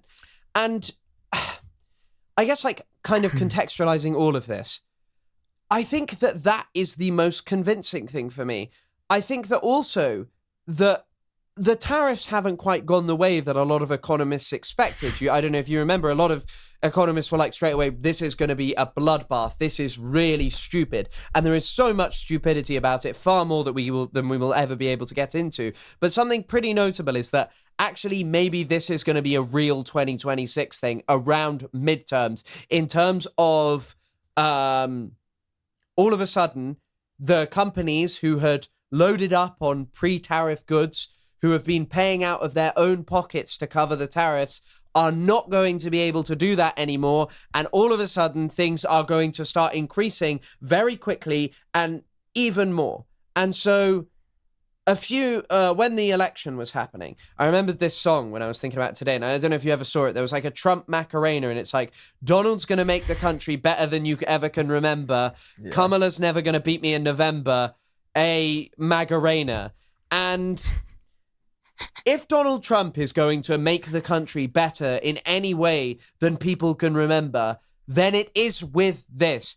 It is, you know, the US has never stopped its imperialism, but this is unapologetic. They did away with any explanation that they even had about drug trafficking very quickly, because it obviously wasn't going to stick. Brother. J.D. Vance was out here admitting that Venezuela are not producing fentanyl. And so I think, like, how they're going is like, just, we are doing imperialism in the way you right-wingers like it. Watch us take the oil. Yeah. Juan Orlando Hernandez, which is the ex-Honduran right-wing president, who is an actual drug trafficker, Trump just pardoned him. So it's very abundantly clear he doesn't give a shit about drugs. He doesn't give a shit about spreading freedom and democracy.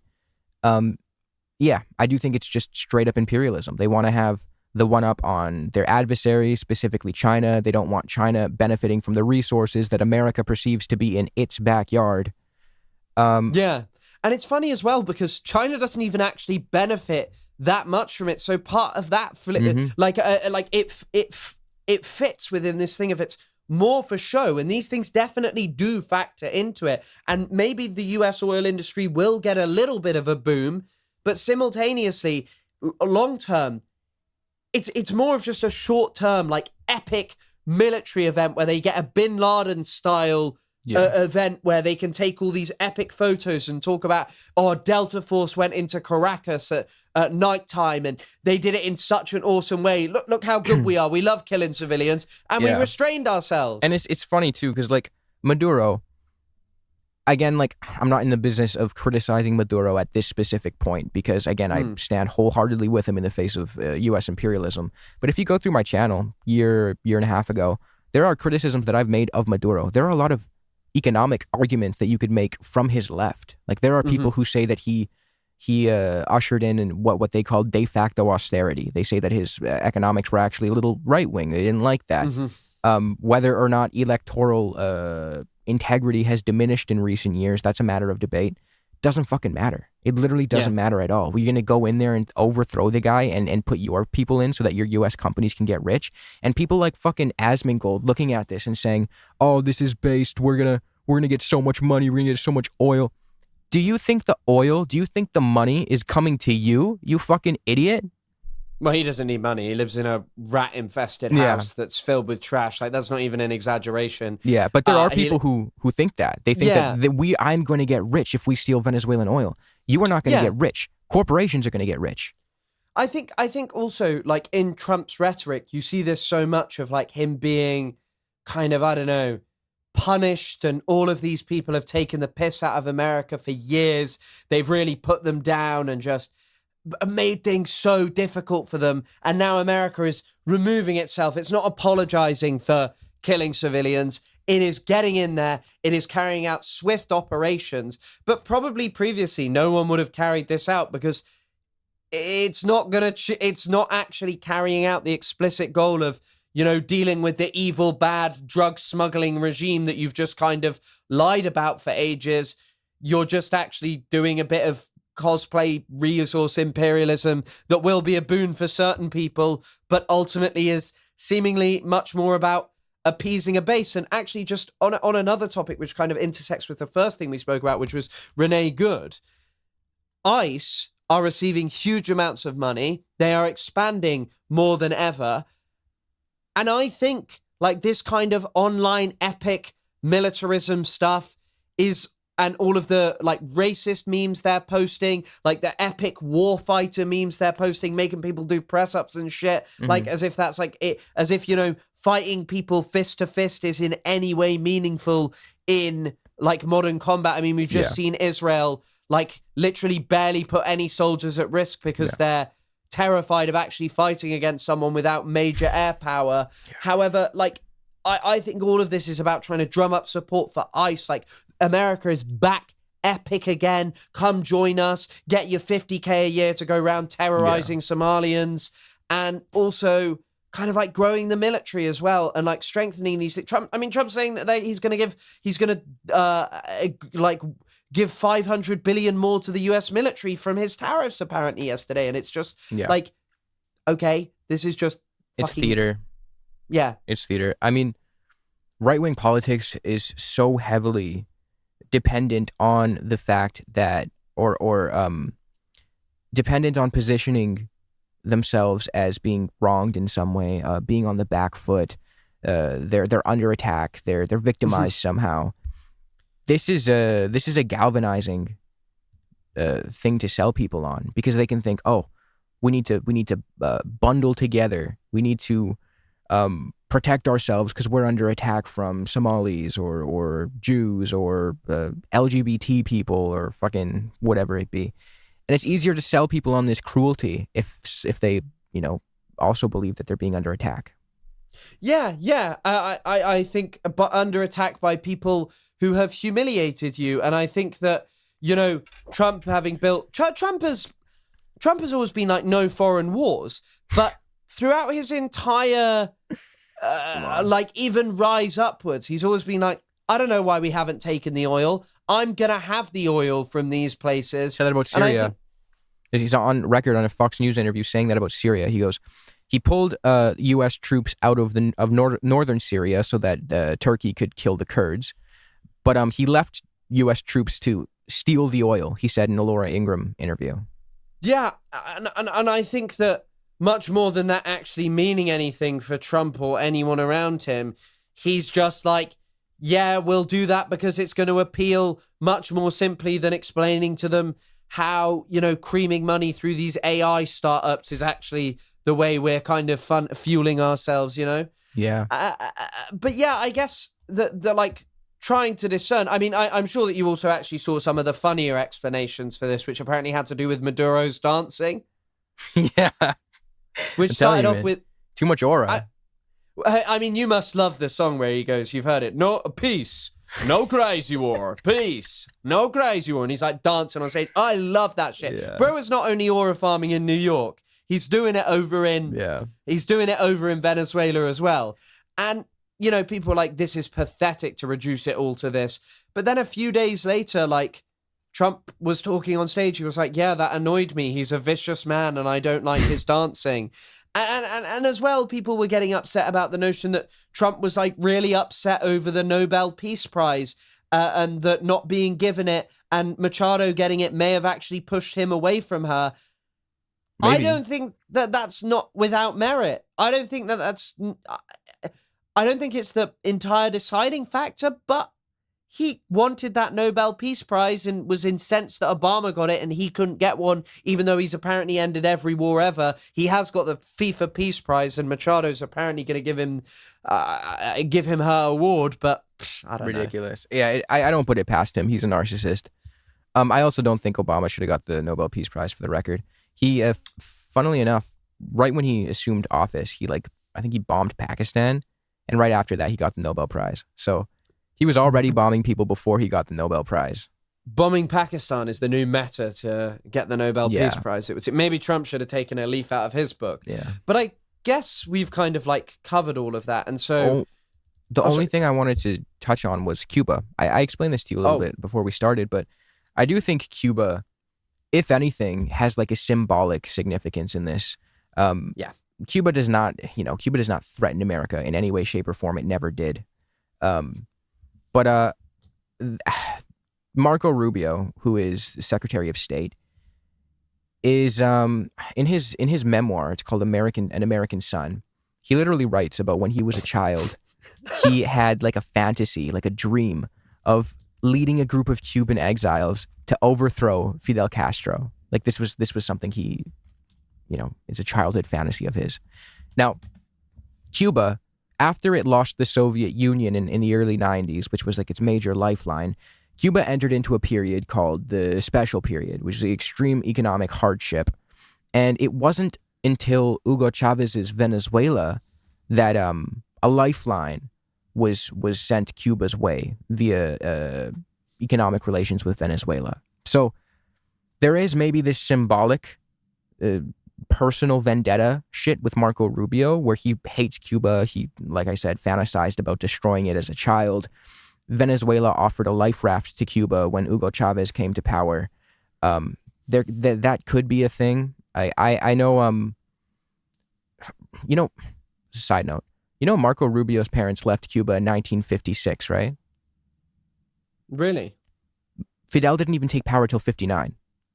So his family fled Fulgencio Batista, the U.S. the right-wing U.S.-backed dictator. So it's all very interesting. It's all very funny. I do think that this plays more of a symbolic role than anything. Cuba is not a material threat to the U.S.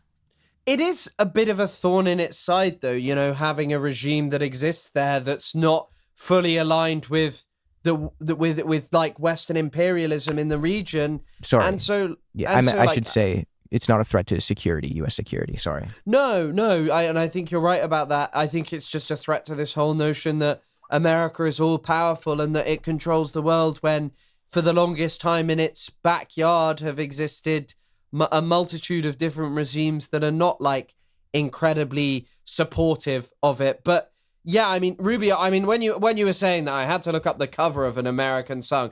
It is actually crazy. On the cover of the book, Marco Rubio looks worse then than he does now. I don't know what is wrong with him. He looks god awful. I mean, repugnant individual, Marco Rubio. He has a son called Anthony Rubio, who I'm being told about by South China Morning Post. But either way, I don't believe that that's implausible, that kind of these insane people who just have like desires and views that are anachronistic in the modern era, in the late 21st century, but are being pursued over offering material change because they view it as an appeasing thing to their base, you know. I think that ultimately there are way more important things that they could be doing to grow even their own base, but instead they're just doing this because it's like, I don't know, they hope that it will unite their base, and they have seemed to have taken a pretty good gamble here because without getting themselves majorly embroiled, without taking a single US casualty, they got the guy who was, you know, dancing and supporting Cuba. Yeah. And it's a tried and tested method. I don't know if you want to get into past Latin American interventions just to kind of maybe wrap everything up. Yeah.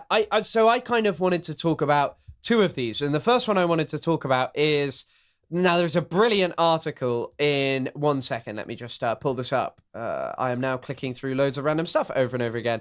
Spank. This is from The Nation. It is by Greg Grandin. Now, this is about the tar wars, which was before oil had ever been taken in Venezuela. It's a brilliant article, and I'd highly recommend that you read it. It has some brilliant parts about a guy called John M. Mack, who was the president of the Mack Paving Company in Philadelphia. And he really wanted tar from the tar pit because he was involved in like the creation of paving streets, obviously, from the paving company, and you need tar for asphalt, I assume. And he was part of something called, that was known collectively, a group of Philadelphia businessmen, as the Hog Combine. And, you know, people love the term hog to describe right-wingers today. But anyway, the reason I bring this up, and I'm not going to detail the whole story, but this was a guy who, along with other business elites, who political elites were heavily invested in their company. People from Philadelphia and such were just massive. They saw this as a massive boon, obviously, at the time of American construction. It must have been. But they wanted to control all sources of asphalt coming into the US, mostly from Mexico, Venezuela, Trinidad, and Cuba. And this guy sowed havoc in Venezuela. For he arguably what he did led to the deaths of around 15,000 Venezuelans. And the reason that he was able to do so much is because General Vinton Green, the Asphalt Trust's president, was close to President William McKinley. So they could basically get a warship sent down to threaten Cipriano Castro, who was the president of Venezuela, and dared to say, actually, I shouldn't just have to do whatever you say and give you all of the asphalt.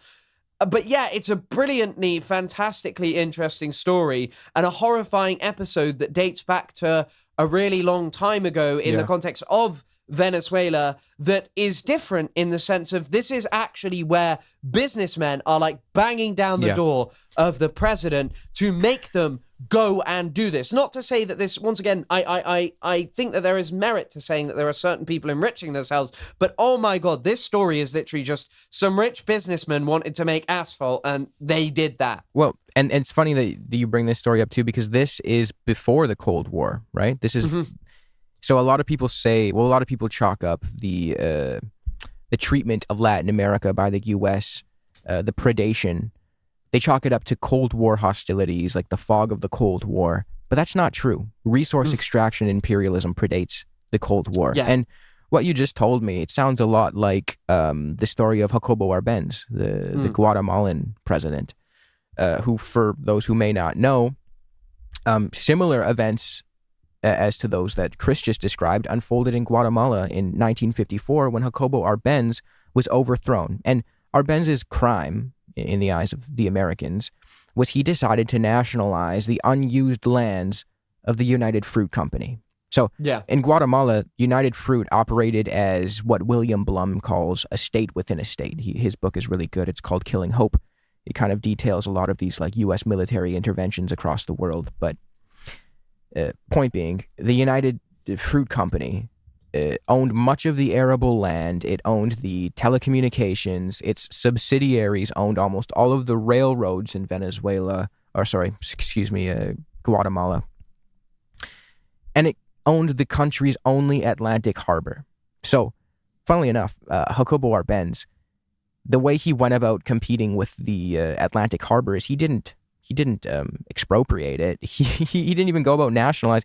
He just constructed his own port to compete with the port that was owned by the subsidiary of the United Fruit Company. So he operated within the confines of what capitalists say they would like to see. He utilized the free market to jeopardize the port on the Atlantic harbor. So, regardless, Jacobo Arbenz was not really a socialist. Some people call him a socialist, like Stefan Schlesinger, the author of Bitter Fruit. He wrote a piece for the New York Times calling him a democratic socialist.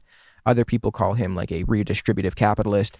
In reality, he was like an economic nationalist. He just wanted to take the land and resources that were being expropriated, and the people benefiting from those were Americans. He wanted to shift that dynamic so that his own people would benefit from them. Decent guy. Anyways, U.S. overthrew him and replaced him with Carlos Castillo Armas, who was like a brutal butcher, right-wing despot. Sorry, I heard that breath. No. Sorry. I thought you were going to say something. No. Please go on. They replaced him with a brutal. Well, the only point I wanted to make here was you don't even really have to be fully socialist or Soviet or red in any way.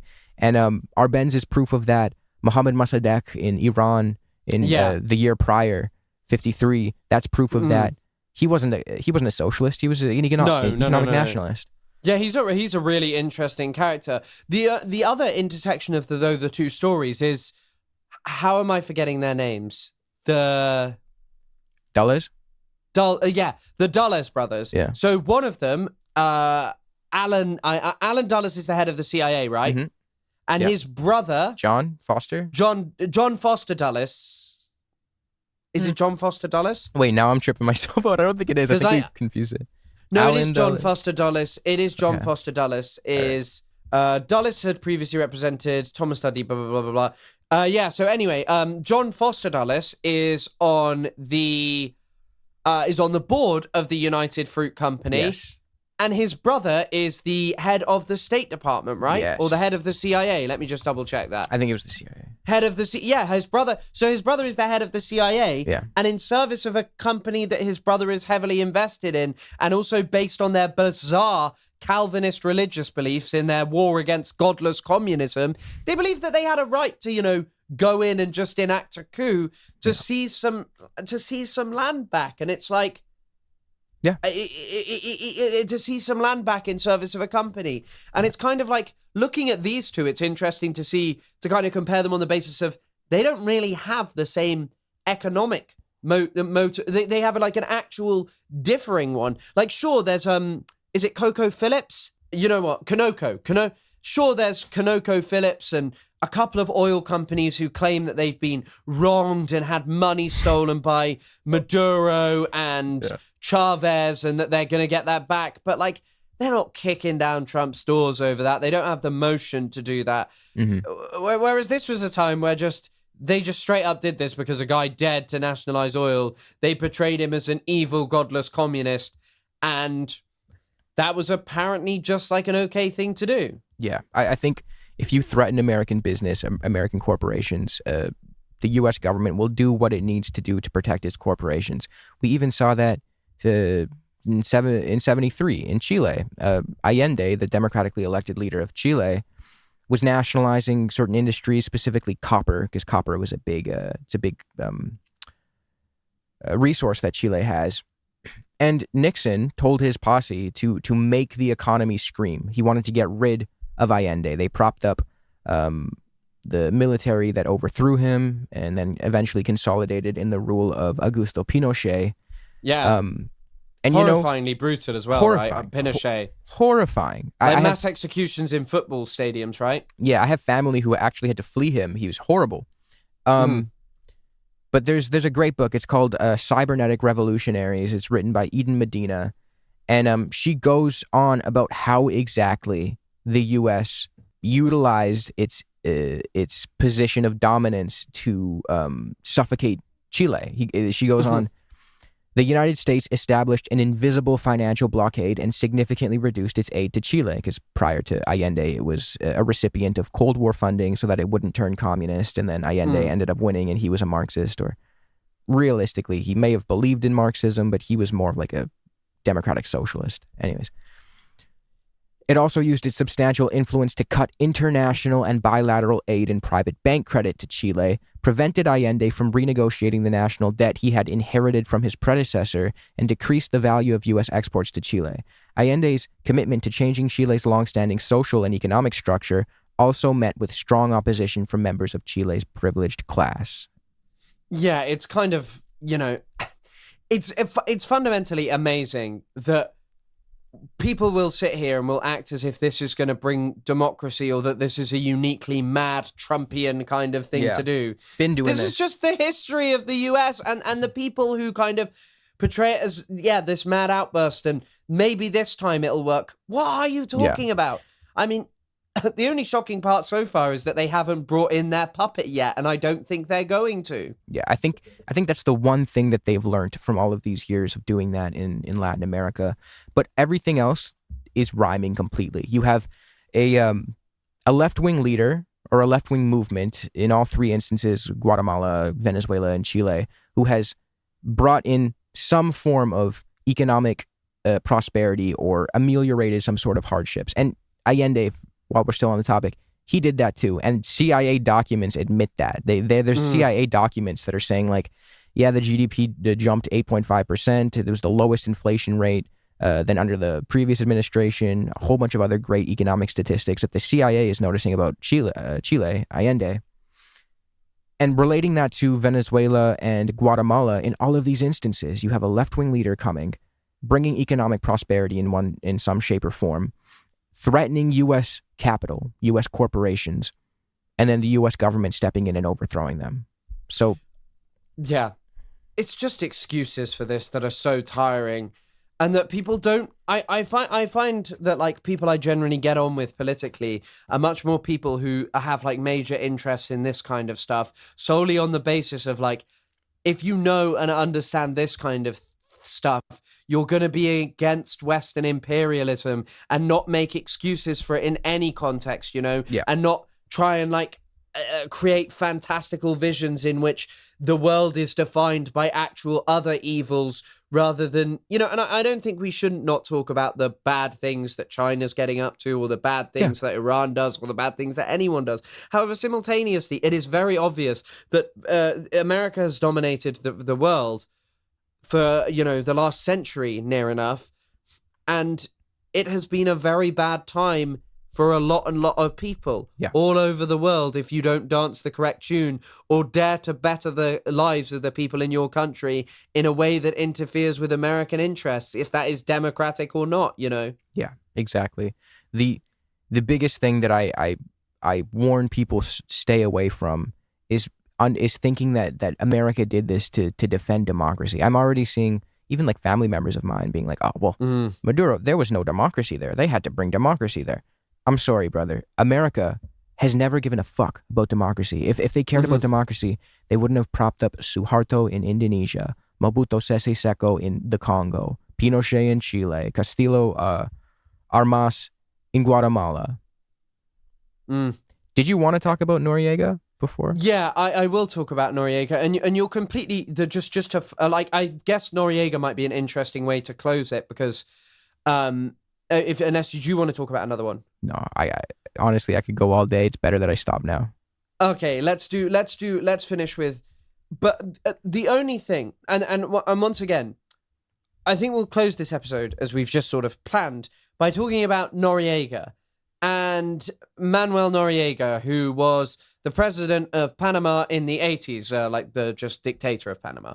The reason I talk about Noriega is because, once again, there is a brilliant article in Jacobin recently. The US, this is by Nathan Akehurst, and this is the claim in Jacobin, is that the US is a weakened and dangerous empire. I would highly recommend reading this, because what his contention is that at the time the US was doing things such as previous interventions and destructions of people that they deemed inappropriate, they were never at the level of weakness that they are now. Mm-hmm. And Noriega is his key point for this, because if you guys don't know, Noriega was a brutal dictator. He was actually involved in drug trafficking. However, he was also CIA-backed. He was a big backer of the Nicaraguans during the Iran-Contra affair. He was heavily involved in Nicaragua. He was backing the Contras. He was actually flying weapons out to the Contra rebels at the behest of the CIA. He was someone who helped crack down on left-wing movements for the CIA, basically. You know, and sorry. Do you know who the head of the CIA was when they were supplying Noriega with everything he needed, as he was known to be a drug trafficker? No. Bush Sr. Really? Yeah. Wow. And then he went on to launch, what was it, Operation Just Cause? Operation Just Cause, yeah, which is the incredibly named Operation Just Cause. Yeah. And if anyone wanted to know why it was called Just Cause, it's because Colin Powell, the chairman of the Joint Chief of Staff, thought it would be amazing to call it this, so that anyone who criticized them would have to utter the words Just Cause, because this guy was a drug trafficker. But anyway, what the contention of Akehurst is in his article is basically that at this point, after the end of the Cold War, or like basically the capitulation of the Soviet Union at this point, the US was in a new era of unrestrained, incredibly powerful military tools that they were about to show off. There's actually a multitude of different people who spoke about this. Someone said, "We are mesmerized with firepower," like a significant journal. We have all new gadgets, laser-guided missiles and stealth fighters, and we are just dying to use that stuff. Once again, there's a similarity in terms of spectacle, but this was also just after the Goldwater-Nichols Act of 1966, which centralized the power of the State Department over like joint operations anywhere. And so Joint Cause was a real time where they went into Panama and flexed their muscles awfully. Just Cause. They killed 3,500 Panamanians. And that was just before Christmas to mid-January. That's how quickly they did it. In part, and their reasoning for doing it, because Noriega had basically been upset after the Iran-Contra affair became public, and all of a sudden he wasn't getting as much US backing, and so he started looking to, once again, Gaddafi. He started moving closer to places like Cuba, having like discussions with them, and also open relations with actually the Sandinistas. Yeah. And so basically he did Sandinistas. Oh, unfortunately, Noriega was Noriega was not base Sandinistas. Yeah. But yeah, it's kind of interesting once again looking at a different moment when maybe the US was at a different point, that it was stronger, that it was doing things, to kind of, it was doing things because someone had done something where it was doing something where it could actually achieve regime change and didn't care about the consequences. Now, for all of the bluster, they look scared of the consequences. They look scared of the consequences of installing the puppet Machado. Yeah. She positioned herself as that $1.7 trillion business dollar opportunity in front of all of the elites, offering herself to just sell her country out. It's so desperate, put her bro. in power. Yeah. So desperate. And they couldn't do this. And I think part of the thing that fuels this argument and offers support to it is because when it came to Noriega, they went and killed huge amounts of Panamanians. Yeah. Today, I don't think there's an appetite for like a protracted invasion where they kill. I don't think it's actually the killing, but it's actually that in the context of fighting the Venezuelan military, it would probably have had consequences in terms of troop deaths. They probably would have had to put way more boots on the ground for a sustained period of time. It would be a lot of like guerrilla warfare because of the jungles. Yeah. Probably look like Vietnam in a way. And they don't kind of have the power to do that right now. No. They don't kind of have the ability. Whereas in 1989, there were no consequences for what they were going to do. Yeah. And so, yeah, I think they were talking about having shed the Iraq syndrome. But does this not kind of look like that? A way to do like an Iraq-style operation that is like, sorry, it's actually more of like a Bin Laden killing style operation. But yeah, I think that the Noriega, I do tend to agree with this analysis that this is a different era and that the US is probably starting to realize that China is getting ahead of it and is drawing itself away from it, you know? Yeah. Well, I mean, I think that's everything we had on the agenda today, right? Yeah, I think that is. And I think that we can just, I mean, is there like anything we need to close with? I don't think so. I think that we've kind of covered everything. We've offered a bit of history. We've offered a bit of speculation. We've had fun. We've had laughs. We've had crying. It's been a truly powerful episode that's probably spoken to a lot of the youths of today. It's been amazing. I'll leave with one funny story about how they caught Noriega. He went into I think it was the Vatican embassy. Yeah. And they surrounded the embassy and started blasting, what was it, Van Halen? Guns N' Roses. Guns N' Roses. That's what it's... Yeah. Apparently that's what most Americans knew him as, the guy who hated Guns N' Roses. Yeah. He just couldn't take it. He's like, fuck, just arrest me. Yeah. I mean, to be fair, if, you know, when Israel comes after me and I'm hitting the British embassy and they're blasting Israeli fucking techno music, oh, man, you'll see me surrender in seconds. Same. Thanks again, Isaac. Thanks again, everyone, for watching.